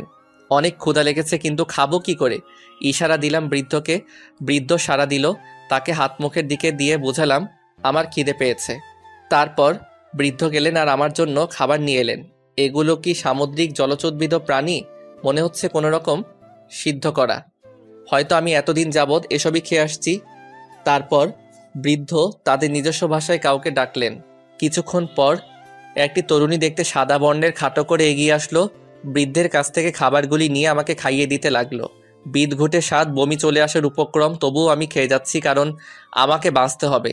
আর বেঁচে থাকার জন্য যে খাবার আনুক আমি তাই খেয়ে নিব। পেট ভরে খেয়ে নিলাম। তারপর মেয়েটি আবার চলে গেল। এভাবে রোজ আমাকে মেয়েটি খাওয়ানোর পর চলে যায়। এর মধ্যে অনেক দিন কেটে গেল। আমি এখন দাঁড়াতে পারি, হাঁটতেও পারি। মেয়েটি আমাকে ধরে ধরে হাঁটায়। আর ইতিমধ্যে মেয়েটির নামও জানা হয়ে গেছে। মেয়েটির নাম নীরা, মুসলিম সম্প্রদায়ের মেয়ে। ইন্দোনেশিয়ার সংখ্যাগরিষ্ঠ মানুষ মুসলিম। আর বৃদ্ধ হলো এই মেয়েটির দাদা। থাকতে থাকতে এই পরিবেশের সাথে অনেকটাই মানিয়ে নিয়েছি, এখানকার ভাষাও রপ্ত করে নিয়েছি। এখন তাদের সাথে আমার ভাবের আদান প্রদান করতে কোনো সমস্যা হয় না। সন্ধ্যা গড়িয়ে রাত হলো। এখন মীরা আসবে আমাকে খাওয়াতে। আসবো ভেতরে? স্থানীয় ভাষাকে বাংলায় অনুবাদ করা হলো এখন থেকে। হ্যাঁ আসো, অনেক ক্ষুধা লাগছে, আজ পেট ভরে খাবো। আর তুমিও আমার সাথে খাবে। আচ্ছা ঠিক আছে, আপনার সাথে আজ আমিও না হয় খাবো। মেয়েটি খুবই ভদ্র, সহজ সরল, মিষ্টি ব্যবহার। এরকম মেয়ে জীবনসঙ্গী হবে সে খুবই ভাগ্যবান। আমি মেয়েটিকে আমার বোনের মতোই দেখি, আর মেয়েটিও আমাকে ভাইয়ের দৃষ্টিতে দেখে। তারপর দুজন খাওয়া দাওয়া শেষ করলাম। এখন আর এসব খাইতে আমার কোনো সমস্যা হয় না, বরং আরও ভালো লাগে। ও চলে গেল, আমিও দরজা বন্ধ করে ঘুমিয়ে পড়লাম। আজ 1 বছর যাবৎ আমি এখানে আছি। এখন আমি পুরোপুরি সুস্থ। সময় হয়েছে ফিরে যাওয়ার। আর এর মধ্যে নীরার দাদাও পৃথিবী ছেড়ে চলে গেছে। নীরার আপন বলতে কেউ নাই, তাই আমি ওরে নিয়ে দেশে ফিরে যাব, কারণ ও আমার জন্য যা করেছে তার ঋণ শোধ করা যাবে না কখনো। তাই ওকে সাথে নিয়ে ঋণের বোঝা কমাতে চাই। দাদা দেশে যাবা কবে? যাবো রে বোন, আগে কাজ করে টাকা জোগাড় করি। হ্যাঁ, যা শুনলেন তা একদম ঠিক। আমি এখন কাজ করি একটি হোটেলে, যা বেতন পাই তা দিয়ে দুজনের জীবন কেটে যায় কোনো রকমে। আর দেশে যাবার জন্য কিছু করে টাকা জমাই। অতপর আরও 6 মাস অতিবাহিত হবার পর আমরা দেশে যাবার জন্য প্লেনের টিকিট সংগ্রহ করেছি। আজ নিজের জঙ্গলি রূপকে পরিবর্তন করে আসছি, আবার সে আগের মেহেদি হয়ে গেছি। দাদা আমার আজ সত্যিই খুব খুশি লাগছে। কেন রে বোন, তুই আজ এত খুশি, কারণটা কি? এই যে দাদা, আজ আমি তোমার সাথে তোমার দেশের তোমার বাসায় যাব। আমার তো কেউ নাই, ছোটবেলায় বাপ মা মারা গেছে অসুখে। দাদার কাছে বড় হয়েছি। তারপর একদিন দাদা তোমাকে সমুদ্র মাছ ধরতে গিয়ে উদ্ধার করে আনে। তারপর থেকে তোমাকে আমি নিজের হাতে খাইয়ে সেবা দিয়ে সুস্থ করে তুলেছি। দাদাও চলে গেল, এখন আপন বলতে তুমি ছাড়া আমার আর কেউ নাই। তোমার সাথে যেতে পারবো, তোমার মাকে নিজের মা করতে পারবো। মায়ের আদর তো পাওয়া হয়নি কখনো, তোমার মায়ের আদর পেয়ে সেটা ভুলে যাব। তাই আজ আমার জন্য অনেক সুখের দিন। পাগলিটা এসব বলে কেঁদে দিয়েছে, বড্ড ইমোশনাল। এই পাগলি, কাঁদছিস কেন? তোর সাথে আমি আছি না, তোকে কখনো কষ্ট পেতে দিব না। তুই যে আমাকে আমার বিপদের সময় রক্ষা করেছিস, আর আমার মা মানে তোর মা। তুই অতীতের সব কষ্ট ভুলে যাবি। আমার মা যখন সব জানবে তখন তোকে অনেক আদর করবে। চোখের পানি মুছে ফেল, আর কাঁদবি না। জানিস না তুই কাঁদলে আমার ভালো লাগে না। দাদা কোথায়? আমি কাঁদছি না তো। দেখো এই যে আমি আজ কত খুশি। এটা তো সুখের কান্না ছিল দাদা, আমি আর কাঁদবো না। এই তো লক্ষ্মী বোন আমার। আচ্ছা দাদা রেডি হও, আমিও রেডি হয়ে আসছি। তারপর 2 ভাই বোন বের হব। আচ্ছা বোন, রেডি হচ্ছি। কিছু সময় পর দাদা বের হও, দেখো তোমার বোনকে কেমন লাগছে। তোমার কিনে দেওয়া বাঙালি কাপড় পরেছি আজ। বাহ, তোকে তো আজ অনেক সুন্দর লাগছে, একদম বাঙালি। সুন্দর তো লাগবেই, বোনটা যে হিরো ভাইয়ের। দাদা তোমাকে আজ নায়িকের মতো লাগছে। তাই নাকি? নায়িকা কি পাবো তাহলে? পাবে না মানে? সিরিয়াল লেগে যাবে। যে মেয়ে আমার ভাইকে পছন্দ না করবে তার চোখ নষ্ট। পছন্দ যদি করতো বোন, তাহলে কি আমার সাথে এমন দুর্ঘটনা ঘটতো? চুপ করো তো, তোমাকে না কতবার বলেছি ওইসব আর মনে আনবে না। আল্লাহ যা করে ভালোর জন্যই করে। এমন দুর্ঘটনা না ঘটলে তুমি তো তার মনটা বুঝতে পারতে না। আর সব থেকে বড় কথা, আমি দাদাকে পেতাম না। তাই যা হবার হয়েছে তা ভুলে যাও। আচ্ছা বোন, আমি ভুলে গেলাম। এখন চল আমরা বের হই। ওকে দাদা, চলো। তারপর আমরা এয়ারপোর্টে এসে আমাদের ফ্লাইটের প্লেনে গিয়ে উঠি। অতঃপর 3 ঘন্টার যাত্রা শেষে প্রিয় জন্মভূমিতে প্লেন অবতরণ করলো। 1.5 বছর পর আজ দেশের মাটিতে পা রাখলাম। আজ আমার চেয়ে খুশি হবার মতো আর কেউ নাই। তারপর ট্যাক্সি নিয়ে সোজা বাড়ির উদ্দেশ্যে রওনা দিলাম। দাদা, তোমাদের দেশ তো অনেক সুন্দর, চারিদিকে সবুজের সমারোহ, কি সুন্দর লাগছে। তোমাদের দেশ মানে কি? বলো আমাদের দেশ। ও সরি দাদা, আমাদের দেশ। রাগ করবে না, ভুলে বলে ফেলছি। আচ্ছা, সবকিছুই কেমন যেন পরিবর্তন হয়ে গেছে। 1.5 বছরে অনেক উন্নত হয়ে গেছে আমাদের দেশের। আর কতক্ষণ লাগবে বাসায় যেতে দাদা? এই তো আর 10 মিনিট। অবশেষে আমি আমার বাসার সামনে। বাসাটা একদম নিস্তব্ধ হয়ে আছে আমার অভাবে। দরজাতে নক করবো কি বোন আমাকে দেখে কি চিনতে পারবে? না জানি আমাকে ভুলে গেছে। দরজা খুলে হয়তো চোখের ভুল ভেবে আবার লাগিয়ে দিবে, না হয় ভূত ভেবে চিৎকার করে উঠবে। আরে দাদা, কিচ্ছু হবে না, আল্লাহ ভরসা। তুমি নক করেই দেখো। সব ভাবনা ঝেড়ে ফেলে নক করলাম। দরজা খুলে দেখতে আমি অবাক, মনে হলো সামনে আলিফা দাঁড়িয়ে ছিল। তাহলে আবার কোথায় চলে গেল? আমি ভুল দেখছি হয়তো। দরজার সামনে দাঁড়িয়ে আছে আমার জননী। চেহারার একই হাল, চেনা যাচ্ছে না। পাগলদের মতো হয়ে গেছে। মা আমাকে দেখে বলে, কে? দেখতে তো মেহেদির মতোই লাগছে। কে তুমি বাবা? যা বলেছিলাম তাই হলো। মা আমাকে চিনতে পারছেন না। অবশ্য না চিনতে পারাটাই স্বাভাবিক, কারণ সকলের কাছে আজ আমি মৃত। মা, আমি তোমার ছেলে মেহেদি। আমার ছেলে? আমার ছেলে তো ওপরে চলে গেছে আমাকে রেখে। স্বার্থপর ছেলে, মাকে সাথে নিয়ে যায়নি। মা কিছুতে বিশ্বাস করছে না যে আমি মেহেদি। আমি কি করে মাকে বিশ্বাস করব যে আমি তার সে ছেলে মেহেদি? ও হ্যাঁ, মনে পড়ছে, মা আমাকে নিজে গলায় হার পরিয়ে দিয়েছে ছোটবেলায়। সবকিছু হায়নারা নিয়ে গেলেও ওটা নিতে পারিনি। আমি আস্তে করে শার্টের ভেতর থেকে হারটা বের করে মাকে দেখিয়ে বললাম, দেখো এই হার, তুমি আমাকে তোমার নিজের হাতে পরিয়ে দিয়েছো। এবার তো বিশ্বাস করো আমি তোমার ছেলে। হ্যাঁ, তাই তো, তুই আমার ছেলে বাবা। জড়িয়ে ধরে কপালে চুমু দিল ছোটবেলার মতো করে। জানিস, তোর মৃত্যুর খবর শোনার পর আমি স্ট্রোক করেছিলাম। বেঁচে ফিরবো কখনো ভাবিনি। বৌমা যখন বলেছিল যে সন্ত্রাসীরা তোকে মেরে সমুদ্রে বিশাল ঢেউয়ের সাথে ভাসিয়ে দিয়েছে, তখন আমি কথাটি শুনে স্ট্রোক করেছিলাম। কখনো ভাবিনি যে তোর দেখা পাবো। আজ আমি অনেক খুশি বাবা। আজ যে মহা খুশির দিন। বাবা, তোর সাথে এই মেয়েটিকে? ও মা, ওর নাম নীরা। ওর আর ওর দাদুর ওসিলায় আমি আজ বেঁচে গেছি। ওর দাদু আমাকে সমুদ্রের তীরে ভেসে আসতে দেখে তারপর আমাকে উদ্ধার করে ওরা দীর্ঘ 1 বছর চিকিৎসা ও আমার সেবা করে আমাকে বাঁচিয়ে তুলছে। ওর মা বাবাও ছোট থাকা অবস্থায় মারা গেছে, আর কিছুদিন আগে বৃদ্ধ দাদাও না ফেরার দেশে চলে যায়। তাই ওর আপন বলতে আমি ছাড়া কেউ নেই। এই জন্যই আমি ওকে সাথে নিয়ে আনছি। কে বলছে ওর কেউ নেই? ও আমার ছেলের জন্য যা করেছে তার ঋণ শোধ করতে পারবো না আমি। কিন্তু ওরে আমি আজ থেকে আমার নিজের মেয়ে মনে করব। এছাড়া আমার তো কোনো মেয়েই নেই। ভালোই হলো, একটা মেয়ে পেলাম। আমিও ওকে এই কথা বলেছি। কিন্তু ও যে কোনো কথা বলছে না। ও যে ইন্দোনেশিয়ান, তাই বাংলা বুঝতে পারছে না। আমি ওকে তোমার বাংলা ভাষার কথাগুলো ওর ভাষায় বুঝাবো। আচ্ছা, তাহলে তুই ফ্রেশ হয়ে আয়, আর আমিও ওকে আমার সাথে নিয়ে যাই। আচ্ছা মা, ঠিক আছে। তারপর ফ্রেশ হয়ে খেয়ে নিলাম। আমি ঘুমাতে চলে গেলাম, আর আম্মুও নীরাকে নিয়ে ঘুমাতে চলে গেল। দীর্ঘ 1.5 বছর পর নিজের বাসায় ঘুমাবো, কিন্তু কেন জানি বারবার মনে হচ্ছে আমার কাছাকাছি কেউ আছে যে আমাকে প্রতি মুহূর্তে ফলো করছে। দূর এসব মনের ভুল। দিলাম এক লম্বা ঘুম। এক ঘুমে রাত গড়িয়ে দিন হয়ে গেছে। নীরার ডাকে ঘুম ভেঙে যায়। দাদা ওঠো, ফ্রেশ হয়ে নাস্তা করতে আসবে। আচ্ছা যাবো না, আমি আসছি। আচ্ছা আমি গেলাম, তুমি তাড়াতাড়ি আসো। ফ্রেশ হয়ে নাস্তা করে নিলাম। তারপর মাকে বললাম, মা সবাইকে আজ ডিনারে ইনভাইট করো, যেন আমাকে দেখে চমকে যায়। আচ্ছা ঠিক আছে, আজ তোর বন্ধুদের আত্মীয় স্বজনদের ইনভাইট করব।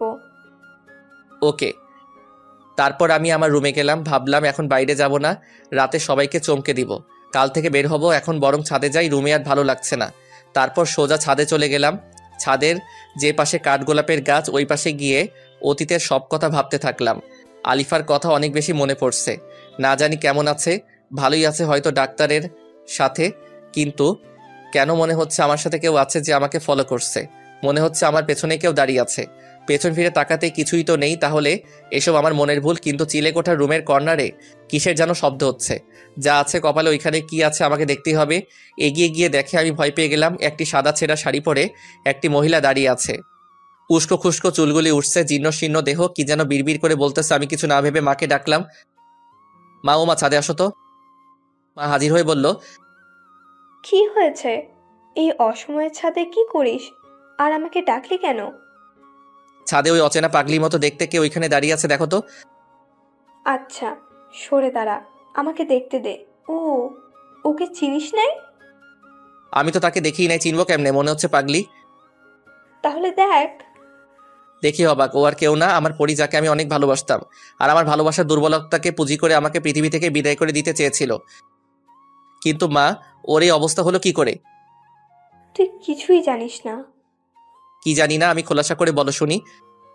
শুন তাহলে, তোর উপর সন্ত্রাসী হামলায় ওর কোনো হাত নেই। যা করার ওই ডাক্তার করেছে। কি বলতেছো? আমি নিজ কানে শুনেছি। ওকে দিয়ে ডাক্তার এসব বলতে বাধ্য করেছে। আর তোকে মারার কোনো ইচ্ছেই ছিল না ওর। তাহলে আমার সাথে এসব ঘটলো কি করে? ও যখন তোর সাথে হানিমুনে যায়, তখন ও আস্তে আস্তে তোর প্রতি দুর্বল হতে থাকে। আর ওই ছেলের সাথে ঠিকমতো কথাও বলে না, ওই ছেলেকে ইগনোর করতে থাকে। আর ছেলেটি এসব মেনে নিতে পারেনি, তাই ওই ছেলেও ইন্দোনেশিয়ায় চলে যায় আর সন্ত্রাসীদের টাকা দিয়ে কবজা করে, তোর উপর আক্রমণ চালায়। এটা যখন আলিফা জানতে পারে, তখন তোকে বাঁচাতে চায়। কিন্তু ছেলেটা আলিফাকে ব্ল্যাকমেল করে, আলিফাকে বাধ্য করে ওসব বলতে। তারপর আলিফাকে দেশে এনে মারাত্মকভাবে শারীরিক নির্যাতন করে। আলিফা কিছু বলেনি? আলিফা অনেক বলছে, ভিক্ষে চেয়েছে ছেলেটার ভালোবাসা। কিন্তু ছেলেটা বলে ও নাকি আলিফাকে ভালোই বাসেনি, শুধুমাত্র ব্যবহার করার জন্য এসব করেছে। আলিফা এসব শুনে অনেক কান্নায় করে আর তোর জন্য আফসোস করে। ও তখন বুঝতে পারে ছেলেটি ওর জন্য ভুল ছিল। ছেলেটা অনেক নির্যাতন করে আমাদের বাসার সামনে এনে ফেলে দিয়ে চলে যায়। তারপর আমি বাইরে বের হলে ওকে উদ্ধার করি আর ওর মুখে সব ঘটনা শুনি। ও তোর সাথে খারাপ ব্যবহার করার জন্য নিজেকে দোষী ভাবতে শুরু করে আর পাগলামি শুরু করে দেয়। সুইসাইডও করতে গিয়েছিল, আমি বাধা দিয়েছি। এরপর তোর শোকেই মেয়েটি আস্তে আস্তে পাগল হয়ে যায়। ঠিকমতো খায় না, ঘুমায় না, শুধু তোর কথা বিড়বিড় করে বলে একা একা। নিজের অজান্তেই আমার চোখের পানি বের হয়ে আসলো। আমি যখন চেয়েছি বুঝেনি, আর এখন আমাকে এত ভালোবাসে। একদম চিনার উপায় নেই কি হয়েছে শরীরের অবস্থা। কত সুন্দরী ছিল আর কি হয়ে গেল। মা, ওরে চিকিৎসা করাওনি সুস্থ করে তোলার জন্য? অনেক চিৎকার করেছি, কোনো লাভ হয়নি। ডাক্তার বলেছে ও কোনো দিন সুস্থ হতে পারবে না। তবে কি মা, কোনো সুযোগ আছে নিশ্চয়ই? আমি ওকে সুস্থ করে তুলবই। ওকে সুস্থ করার উপায়টি হলো ভালোবাসা। মানে? হ্যাঁ, একমাত্র ভালোবাসার দ্বারা ওকে সুস্থ করা সম্ভব। ভালোবাসা পারে না এমন কিছুই নেই। ভালোবাসা পেলে বনের হিংস্র পশুও পোষ মানে। তাই একমাত্র ভালোবাসা দিয়েই ওকে আবার আগের অবস্থায় ফিরিয়ে আনা সম্ভব। সত্যি? তাহলে তো আমিই পারবো ওরে সুস্থ করে তুলতে, কারণ আমি ওরে অনেক বেশি ভালোবাসি। আমার প্রতিটি হৃদস্পন্দনের সাথে ও মিশে গেছে। হ্যাঁ, আমারও বিশ্বাস তুই পারবি। দোয়া করো মা, আমি যেন আমার ভালোবাসা দিয়ে ওরে আবার আগের স্বাভাবিক জীবনে ফিরিয়ে আনতে পারি। দোয়া করি বাবা, তুই সফল হো। কিন্তু আরেকটি কাজ যে আমাকে করতেই হবে মা। কি কাজ সেটা? আমার ভালোবাসার এই অবস্থার জন্য যে দায়ী, তাকে তো আমি ছেড়ে দিব না মা। হ্যাঁ বাবা, ওই জঘন্য মানুষটিকে বুঝাতে হবে যে কারো ভালোবাসাকে পুঁজি করে জীবন ধ্বংস করে দেওয়ার কষ্ট কতটা যন্ত্রণাদায়ক হয়। মা, তুমি শুধু দোয়া করো, আমি ওর প্রতিশোধ নিবই। এখন ওরে নিয়ে চলো রুমে। আচ্ছা, আমি আর নীরা নিয়ে আসছি। তারপর রুমে আসি, মা আর নীরা ওরে নিয়ে আসে। ওর কি অবস্থা, ওকে গোসল করিয়ে পরিপাটি করে রাখতে হবে। এতদিন একা ছিলাম, তাই পারতাম না। এখন তোরা আসছিস, এখন পারবো। না মা, কাজটা আমি একা নিজে করতে চাই। আমার ভালোবাসা দিয়ে ওরে সুস্থ করতে হবে, তাই আজ থেকে ওর যাবতীয় কেয়ার আমি করব। তাহলে তো আরো ভালো, কিন্তু তুই কি পারবি একটা মেয়ের যাবতীয় কেয়ার করতে? ভালোবাসার জোর থাকলে সব পারা যায়। আমি ওরে ভালোবাসি, ওর স্বামী আমি, তাই আমাকে যে পারতেই হবে। আচ্ছা বাবা, যা তুই ওকে নিয়ে। ওরে সাথে নিয়ে আসলাম রুমে, আমার সামনে বসিয়ে রেখে দৃষ্টি না ফেলে ওরে দেখেই গেলাম। ভালোবাসার মানুষকে কাছ থেকে দেখাটা অনেক বেশি আনন্দের। পাগলিটার কিছু মনে পড়ছে না, শুধু খিলখিল করে হাসছে, ড্যাব ড্যাব করে তাকিয়ে আছে। ওর চোখে মুখে অনেক আকুতি জমে আছে, অনেক কিছু বলতে চাইছে হয়তো, কিন্তু মানসিক ভারসাম্য না থাকায় পারছে না। ওরে বললাম, এই পরি চলো তোমাকে গোসল করিয়ে আনি। আমি গোসল করব না, আমি তো পড়ি তাই গোসল করব না। তুই কর গোসল আর যা সর। আমার কাছে আসবি না, আমাকে ধরবি না। ওরা না আমাকে অনেক অত্যাচার করেছে, অনেক ব্যথা। আমি গোসল করব না, তুই গোসল কর, তুই পাগল। ওর কথা শুনে নিজের অজান্তেই দু চোখের কোণ বেয়ে অঝরে জল ঝরতে থাকে। এত সুন্দরী পরিষ্কার পরিপাটি থাকা আমার পরীর আজ এই নির্মম অবস্থার জন্য দায়ী ওই ডাক্তার। আমি ছাড়বো, খোদার কসম। আমি ওকে বুঝিয়ে দিব মানুষের জীবন নিয়ে খেলা করা কতটা ভয়ঙ্কর হতে পারে। এই তুই কি জানোস, আমার না জুনিয়র পিচ্চি স্বামী ছিল, ওরা আমি শেষ হতে দেখেছি। তোর স্বামী তোরই সামনে বসে আর তুই আজ চিনছিস না? যাই হোক, ওরে জোর করে গোসল করাতে নিয়ে গেলাম, যদিও ও যেতে চায়নি। সুন্দর কেশগুলিও কেমন মৃতপ্রায় হয়ে গেছে যত্নের অভাবে। তারপর নিজ হাতে ওর ওই চুলে শ্যাম্পু করে দিলাম, চুলগুলো যেন আবার আগের হারানো সতেজতা ফিরে পেল। ভালো করে ওরে গোসল করিয়ে দিয়ে নিজ হাতে সেই প্রথম যেদিন নীল শাড়িতে দেখেছিলাম আর প্রেমে ডুবে গেছিলাম সেই শাড়িটাই পরিয়ে দিলাম। পাগলিটা একদম স্থির হয়ে দাঁড়িয়েছিল, ওর চোখের ভাষা বলছিল আমাকে আমি যেন নিজ হাতে ওকে শাড়ি পরিয়ে দেই। ভালোবাসার মানুষের কেয়ার করা ও যে অনেক বড় পাওয়া। আমার খুব ইচ্ছে ছিল ওর চুলে আমি শ্যাম্পু করে দিব, ওরে শাড়ি পরিয়ে দিব, কপালে টিপ পরিয়ে দিব। প্রতিটি ইচ্ছে এখন পূর্ণতা লাভ করেছে, কিন্তু এই পূর্ণতা ও উপভোগ করতে পারছে না। হাত ভরে মেহেদি এঁকে দিলাম। আজ আমি আমার ভালোবাসাতে ওকে রাঙিয়ে নিলাম। অপূর্ব অপরূপ সুন্দর লাগছে ওরে। ওর চুলের ঘ্রাণে আমি আজ মাতাল হয়ে যাচ্ছি। তারপর ওকে বিছানায় বসিয়ে দিয়ে আমি নিজেও ফ্রেশ হয়ে ওর শাড়ির সাথে ম্যাচিং করে নীল পাঞ্জাবি পরে আমার রুমে নিয়ে যাই। মাশাল্লাহ, বৌমাকে আজ সে প্রথম দিনের মতো লাগছে। কতদিন পর এইভাবে দেখছি। তুই পারবি বাবা, তোর ভালোবাসা দিয়েই সব কিছু জয় করতে পারবি। চল এখন লাঞ্চ করবি। নিজ হাতে তুলে ওরে খাইয়ে দিলাম। ও কেন যেন কোনো রকম বাধা দিচ্ছে না, ও হয়তো এই ভালোবাসা পেতে চেয়েছে। ওরে খাইয়ে আমিও খেয়ে আবার দুজন রুমে চলে আসি। এই তুই কি আমাকে বিয়ে করবি? তোরে আমার পছন্দ হয়েছে, তুই খুব ভালো। বিয়ে তো অনেক আগে করছি, তবে হ্যাঁ, ও সুস্থ হলে আবার বিয়ে করে নিব। তারপর ওরে বললাম, হ্যাঁ আমি তো তোমাকে বিয়ে করবই। তুই আমার জামাই হবি? আমার শরম করতেছি, তুই সর। পাগলিটা লজ্জা পেয়েছে, লজ্জা পেয়ে একদম লাল টুকটুকে হয়ে গেছে। লজ্জা পেলে যে ওরে আরো বেশি কিউট লাগে আজ বুঝতে পারলাম। দেখতে দেখতে বিকাল গড়িয়ে এলো। বিকালবেলায় ছাদে যেতে ওর ভালো লাগে, তাই আমি ওরে নিয়ে ছাদে যাই। এখানে কেন আসলি আমাকে নিয়ে? এখানে আমার এই বেলায় আসতে ভালো লাগে, কিন্তু আমার সাথে না কেউ আসতোই না। তুই আসলি আমাকে নিয়ে, আমার সাথে কি প্রেম করবি তুই? আজ থেকে প্রতিদিন এই সময় তোমাকে আমি ছাদে নিয়ে আসব, আর তোমার সাথে আমি প্রেম করব সুন্দরী। আচ্ছা তাহলে তুই এখন এইখান থেকে লাফ দে। আরে পাগলি, তাহলে যে আমি মরে যাব, তোমার সাথে প্রেম করব কেমনে? ও মরে যাবি লাফ দিলে? থাক তাইলে তুই আমার সাথে আমার হাত ধরে বসে থাক। তারপর ওর হাত ধরে বসে থেকে বিকাল শেষে সন্ধ্যায় সূর্যাস্ত দেখে আবার রুমে চলে এলাম। রুমে এসে ওরে নাস্তা করিয়ে বললাম, এখন তুমি একটু ঘুমাও। কেন, তুই কি এখন চলে যাবি আমাকে রেখে? আমাকে রেখে যাসনি, আমার সাথে থাক। তোর সাথে থাকলে আমার ভালো লাগে। আরে আমি যাব না, তোমাকে ছেড়ে আমি কোথাও যাব না। তুমি ঘুমাও, আমি একটু বেলকনিতে গিয়ে বন্ধুদের সাথে কথা বলবো। অনেকদিন হলো ওদের সাথে কথা বলিনি। আমি ঘুমাবো কেমনে? আমার ঘুম আসে না। তুই ঘুম পাড়িয়ে দিবি আমায়? বল, দিবি না? আমার পরীর কথা কি আমি ফেলতে পারি? তারপর ওরে ঘুম পাড়িয়ে কপালে একটা কিস দিয়ে বেলকনিতে যাব, যখন ঠিক তখনই দেখি পাগলিটা আমার পাঞ্জাবির এক প্রান্ত ধরে ঘুমিয়ে আছে। এখন তো ছাড়াতে গেলেই ঘুম ভেঙে যাবে। বন্ধুদের সাথে কথা আজ বাসায় আসলে বলবো নি, এখন বরং আমি ওর মাথার পাশে বসে থাকি। ঘুমন্ত চেহারা যে কতটা নিষ্পাপ আর সৌন্দর্যে মোড়ানো সেটা পরীকে এভাবে কাছ থেকে না দেখলে বুঝতেই পারতাম না। ওর কাজল কালো হরিণী চোখ, দীঘল কালো ঘন কেশ, ঠোঁটের নিচের তিল আর পরনে নীল শাড়ি আমাকে প্রতি মুহূর্তে নতুন করে ওর প্রেমে ডুবিয়ে দিচ্ছে। আমি যে সৌন্দর্যে মাতাল হয়ে যাচ্ছি কিছু না ভেবে ওর কোমল হাতটি আমার হাতে রেখে দিয়ে কপালে একটি ভালোবাসার প্রতীক এঁকে দিলাম। আর তখনই ওর ঘুমটা ভেঙে যায় আর আমাকে টান দিয়ে বুকে জড়িয়ে নেয়।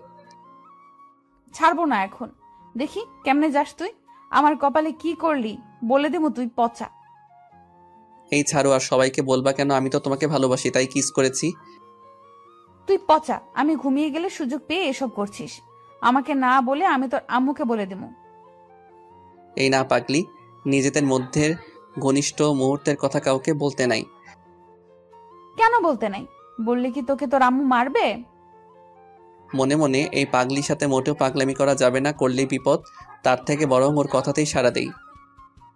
হ্যাঁ, আম্মুকে বললে আমাকে অনেক মারবে, আর আমাকে আম্মু তোমার সাথে প্রেম করতে দিবে না, তোমার সাথে থাকতেও দিবে না। ঠিক, তাহলে বলবো না। এই তো ভালো মেয়ের মতো কথা। আমি ভালো আর তুই পচা। আচ্ছা আমি পচা, তুমি অনেক অনেক ভালো, খুশি হও এবার। আমি অনেক বেশি খুশি। তুই আমাকে একটা জিনিস দিবি? হ্যাঁ অবশ্যই দিব, বলো কি চাও। আমার একটা পুতুল কিনে দিবি? ওই পুতুল দিয়ে আমি খেলবো। হায় রে পাগলি, পুতুল নিয়ে খেলবে কয়েক বছর পর ওর বাচ্চা, আর এখনো বলয় ও নিজেই খেলবে। কি আর করার, সুস্থ হবার আগ পর্যন্ত পাগলামি সহ্য করতেই হবে। আচ্ছা কাল তোমাকে পুতুল কিনে দিব। তুই পচা না, খুব ভালো। তুমিও পাগলি। এদিকে আবার সবার আসার সময় হয়ে গেছে, আর মাকে বলছি আমার কথা গোপন রেখে আসতে বলতে, যাতে ওরা দেখে চমকে যায়। দাদা সবাই চলে আসছে, তুমি ভাবিকে নিয়ে নিচে চলে আসো। আচ্ছা তুই যা, আর কাউকে আমার কথা বলবি না, আমি তোর ভাবিকে নিয়ে আসছি। কোথায় যাবি আমাকে নিয়ে? নিচে ডাইনিং রুমে যাব। আচ্ছা, আমার হাত ধরে নিয়ে যাবি? বউয়ের হাত ধরে যেভাবে নিয়ে যায় ওইভাবে? ওইভাবেই নিব। ওদিকে আত্মীয় স্বজন বন্ধু বান্ধব সবার সাথে কথা বলছে। আর হ্যাঁ, আজকে আমার জন্মদিন ছিল, তাই সবাইকে আজ বাসায় ইনভাইট করা হয়েছে। তোমরা সবাই কেমন আছো? হ্যাঁ ভালো আছি, আপনি কেমন আছেন? হ্যাঁ, আমিও ভালো। সবাই তো জানো আজ মেহেদির জন্মদিন। হ্যাঁ জানি, আজ যদি ও আমাদের মাঝে থাকতো তাহলে অনেক ভালো লাগতো। সবাই মিলে একসাথে কত আনন্দ করতাম। তা ঠিক। আর হ্যাঁ, তোমরা সবাই চোখ বন্ধ করো কিছুক্ষণের জন্য, একটা সারপ্রাইজ আছে। আচ্ছা বন্ধ করলাম আমরা চোখ। আলিফাকে নিয়ে ওদের সামনে চুপচাপ বসলাম। এইবার সবাই চোখ খুলতে পারো। সবাই চোখ খুলে অবাক হতভম্ব হয়ে গেছে, তাকিয়ে আছে অদ্ভুত দৃষ্টিতে। মেহেদি, তুই কিভাবে এখানে? বেঁচে আছিস তুই? আর আমরা সবাই ভেবেছি আমাদেরকে চলে গেছিস। না রে বন্ধু, তোদের সবাইকে রেখে কি করে যাব? আল্লাহ নিজেই হয়তো এটা চাইনি, তাই বাঁচিয়ে রাখছে। তোরে অনেক অনেক মিস করছি রে বন্ধু। এখন আর মিস করতে হবে না, আমি এসে গেছি। সবাই আবেগপ্রবণ হয়ে গেছে। সবার সাথে অনেক দিন বুকে বুক মিলিয়ে কোলাকুলি করে বার্থডে উদযাপন করলাম। সবাই বলো সারপ্রাইজটা কেমন ছিল? আন্টি, পৃথিবীতে এর থেকে বড় সারপ্রাইজ আর হতে পারে না। হারানো বন্ধুকে ফিরে পাওয়া যে অনেক আনন্দের, আর তাও আবার এমন একটা স্পেশাল দিনে। এখন তোমরা নিজেরা কথা বলো, আমি একটু আসছি। আচ্ছা আন্টি। কিরে, তোরা সবাই কেমন আছিস তাহলে? এতদিন তো বেটা কেউই ভালো ছিলাম না, তবে এখন অনেক ভালো আছি বন্ধু, তোকে ফিরে পেয়ে। ঠিক বলেছিস। তো তোরা কি বিয়ে টিয়ে করে ফেলছিস? না চাস্তো, বিয়ে করিনি, তবে এখন তুই আসছিস তাই বিয়ে করা হবে। কারে, মারিয়াকে নাকি আবার অন্য কেউ? মারিয়াকেই। জানিস না তো, তন্ময়ের পুষ্পিতার সাথে সব ঠিক হয়ে গেছে। আমার কপালটাই খারাপ, রাত্রিকে পাইলাম না। আরে রাত্রি নাই তো কি হয়েছে, দিন তো আছে। ভাবি তো দেখি সুস্থ হয়ে গেছে। হ্যাঁ, প্রায় সুস্থ হয়ে গেছে, ভালোবাসা দিয়ে সুস্থ করে তুলছি। এই ভালোবাসাটাই আমার হলো না, মিম আমাকে বুঝলোই না। চিল কাকা, মিম বুঝবে, টেনশন নাই। আলিফা সুস্থ হলে ওরে দিয়ে সবার ফিটিং করাবো। ওনারা কারা? কখন থেকে তুই কথা বলছিস আমার সাথে না বলে? ওরা সবাই আমার বন্ধু। ও আচ্ছা। মা আসো, সবাইকে খাবার দিয়ে যাও। মা এসে সবাইকে খাইয়ে দিল। খাওয়া দাওয়া শেষে ডাক্তারের ব্যাপারে ওদেরকে বললাম। তুই কোনো চিন্তা করিস না, ওই বেটা বজ্জাতকে উচিত শিক্ষা দিব। তার আগে বল, এই মেয়েটিকে আগে তো কখনো দেখিনি। তারপর সবাইকে পুরো ঘটনা খুলে বললাম আর নীরার পরিচয়ও দিলাম। ও আচ্ছা, বুঝতে পারলাম। তাহলে নীরাকে দিয়েই কাজ হবে, ডাক্তারকে উচিত শিক্ষা দেওয়া যাবে। না, ও পারবে না, এদেশের ব্যাপারে ওর অভিজ্ঞতা নাই। নীরাকে বুঝিয়ে বললাম, ও বলল পারবে। তাহলে তো হলোই, এখন সব ব্যবস্থা করি। আচ্ছা। তারপর সবাইকে বিদায় জানিয়ে আলিফাকে নিয়ে রুমে আসলাম। এখন কি করবি, ঘুমাবি নাকি? না, এখন তোমাকে ছাদে নিয়ে গিয়ে গান শোনাবো। সত্যি? তাহলে এক্ষুনি চল। ওকে। তারপর ওকে নিয়ে ছাদে আসি। ওর শিউলি ফুল খুব পছন্দ, তাই আজকে আমি ওকে শিউলি ফুলের মালা গেঁথে দিলাম আর বেলি ফুলের মালা কোপায় বেঁধে দিলাম। ও অনেক খুশি হয়েছে আজ। ওর এই হাসি মুখ দেখার জন্য আমি রোজ শিউলি ফুলের মালা আর বেলি ফুলের মালা নিজ হাতে গেঁথে ওর খোপায় বেঁধে দিব আর বেলকনিটা কাঠগোলাপে ভরিয়ে দিব। কাঠগোলাপের সাধার মায়ার মাঝেই আমার ভালোবাসা খুঁজে নিবে। তারপর ওকে নিয়ে এসে আমার বুকে ওর মাথা রেখে ঘুম পাড়িয়ে দিলাম। ওর ঘুমন্ত মিষ্টি মুখটা দেখে কপালে একটি চুমু দিয়ে আমিও ঘুমিয়ে গেলাম। পরদিন সকালে নীরার ডাকে ঘুম ভাঙে। দাদা আর কত ঘুমাবে, এবার উঠে ফ্রেশ হয়ে ভাবিকে নিয়ে নিচে আসো। পরীকে ডেকে তুলে দুজনে ফ্রেশ হয়ে নাস্তা করতে গেলাম। এদিকে নীরা এখন বাংলা শিখে গেছে, মোটামুটি সব কিছু বুঝে বলতে পারে। নীরা, আজ তাহলে তোর কি কাজ জানিস? হ্যাঁ দাদা, খুব ভালো করেই জানি। আর কাজটা যেন সঠিকভাবে সঠিক উপায়ে করতে পারি, তার জন্য পরিকল্পনাও করে ফেলছি। বাহ, খুব ভালো কাজ। তাহলে আজ সকালে শুরু করে দে। আচ্ছা দাদা। নাস্তা শেষ করে আলিফা ও নীরাকে সাথে নিয়ে ঘুরতে বের হলাম। অনেকদিন পর বাসা থেকে বের হলাম, সেটাও আবার কিনা দীর্ঘদিন পর দেশে এসে।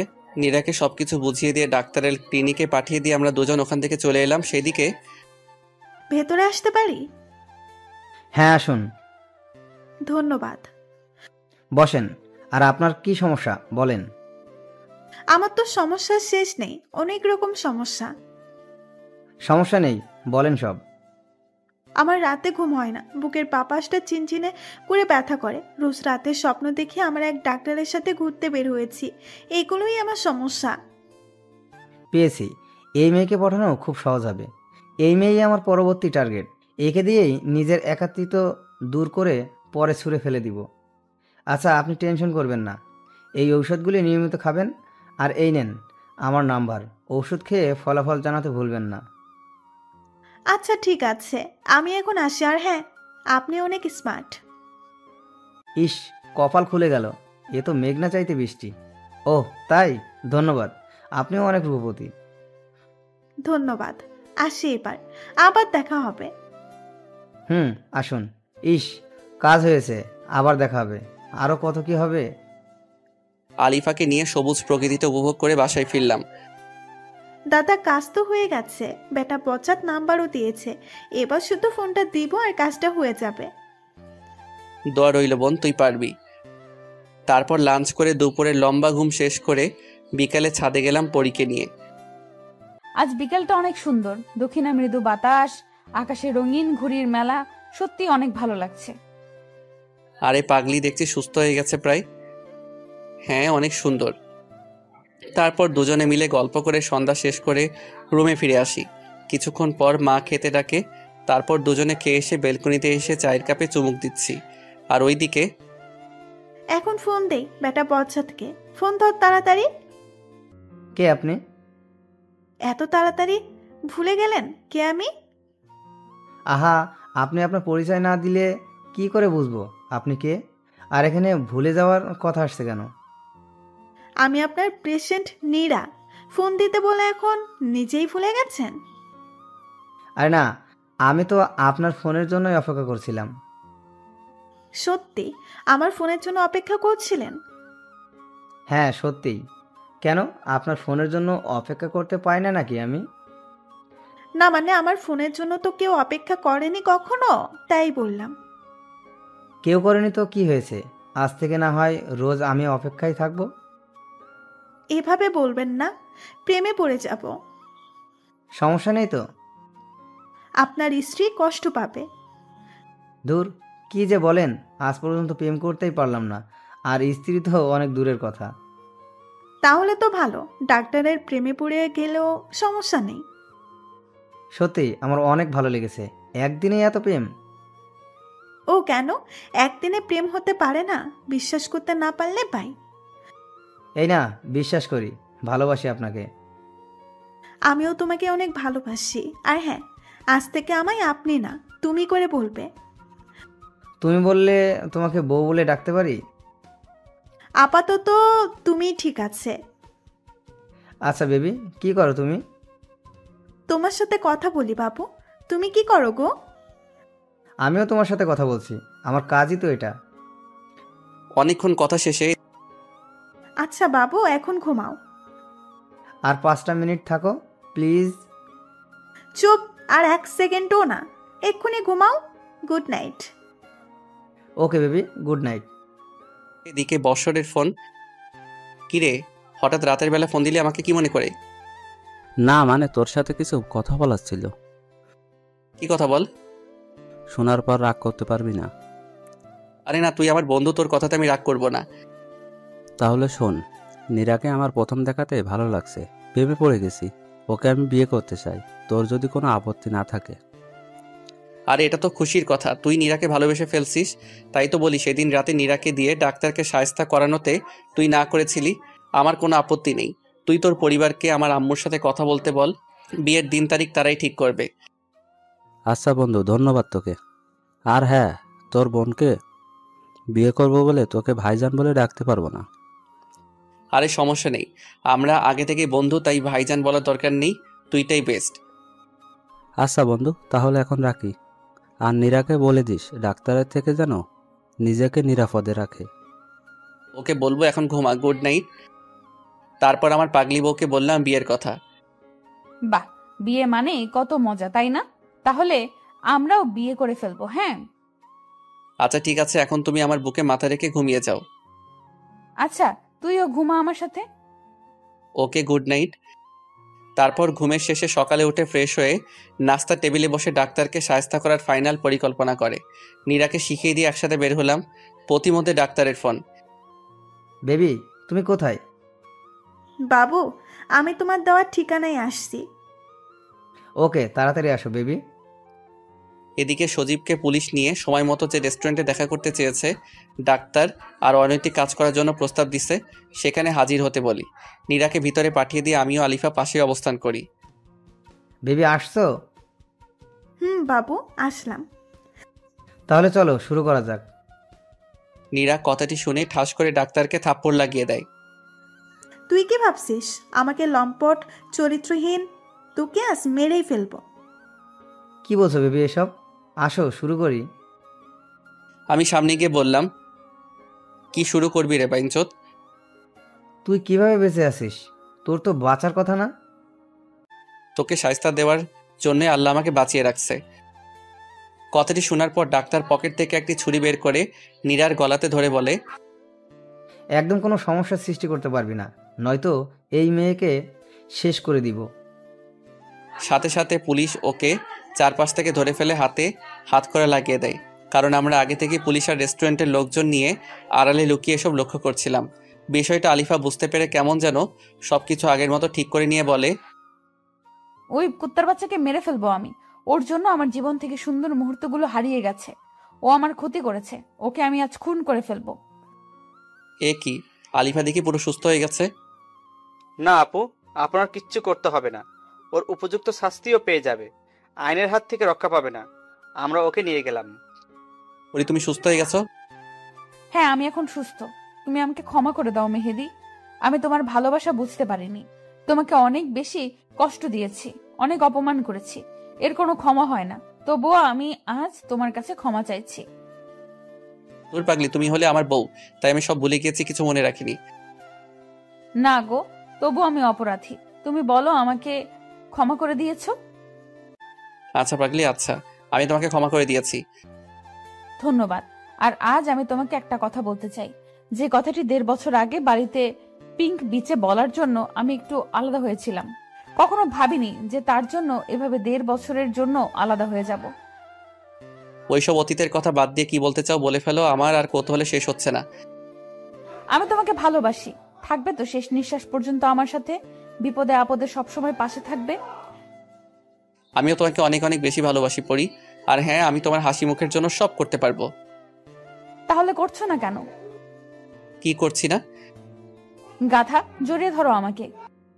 বলার সাথে সাথে শক্ত করে ওকে জড়িয়ে ধরলাম। প্রায় 2 বছর বিবাহিত জীবনেই প্রথম ওকে জড়িয়ে ধরেছি। ভালোবাসার মানুষের প্রথম স্পর্শ যা কখনো ভোলা যায় না।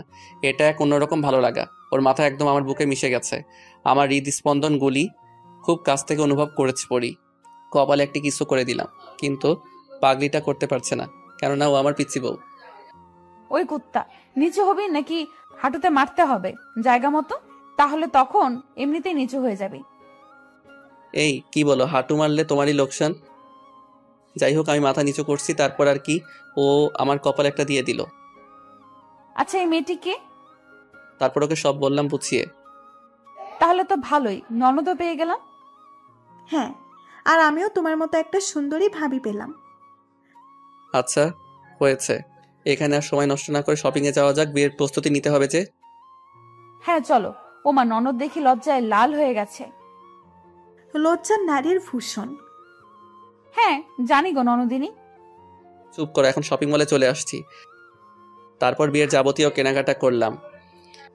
এই পাঞ্জাবিটা পরে দেখো তো। ওর পছন্দ মতো আমি একটি পাঞ্জাবি নিয়ে নিলাম, আর আমার পছন্দ মতো শাড়ি নিল। কেনাকাটা শেষ করে সোজা বাসায় চলে আসলাম, ফ্রেশ হয়ে খেয়ে রুমে আসলাম। এই শোনো, কাল তো নীরার বিয়ে, সবাইকে দাওয়াত দিয়েছো ঠিক মতো? সবাইকে দাওয়াত দেওয়া হয়ে গেছে গো গিন্নি, আপনার ভাবতে হবে না। Good boy. গুড বয় নাকি গুড স্বামী? সরি গো, আমার ভালো স্বামী। হয়েছে, এখন ঘুমাও, কাল তাড়াতাড়ি উঠতে হবে, অনেক কাজ আছে বিয়ের। আচ্ছা, আমাকে বুকে নিয়ে ঘুম পাড়িয়ে দাও। ওকে। তারপর ঘুম পাড়িয়ে দিয়ে আমিও ঘুম। সকালে আমি সবাইকে নিয়ে কাজে লেগে পড়েছি, আর মনে মনে ভাবছি, ইচ্ছা ছিল বন্ধুর বিয়ে তোর সাথে কোণের বাড়িতে যাব, কত মজা করব, কিন্তু তার হলো কোথায়। নিজের বোনের সাথে বিয়ে দিচ্ছি বন্ধুর। সজীবের ফোন। কিরে, সবকিছু কমপ্লিট? কমপ্লিট। খুব আনন্দ তাই না? তোরা ওর সাথে আসতেছিস, আর আমি বরযাত্রী হতে পারলাম না। আচ্ছা, বরযাত্রী হবার যখন এতই শখ, তখন তুই বিয়েবাড়ির গেটের একটু সামনে এসে আমাদের সাথে বরযাত্রী হয়ে গেট দিয়ে প্রবেশ করিস। আচ্ছা, এটা ভালো বুদ্ধি। তারপর কথা মতো ওদের সাথে বরযাত্রী হয়ে আমিও আসলাম। সবাই তো পুরাই অবাক।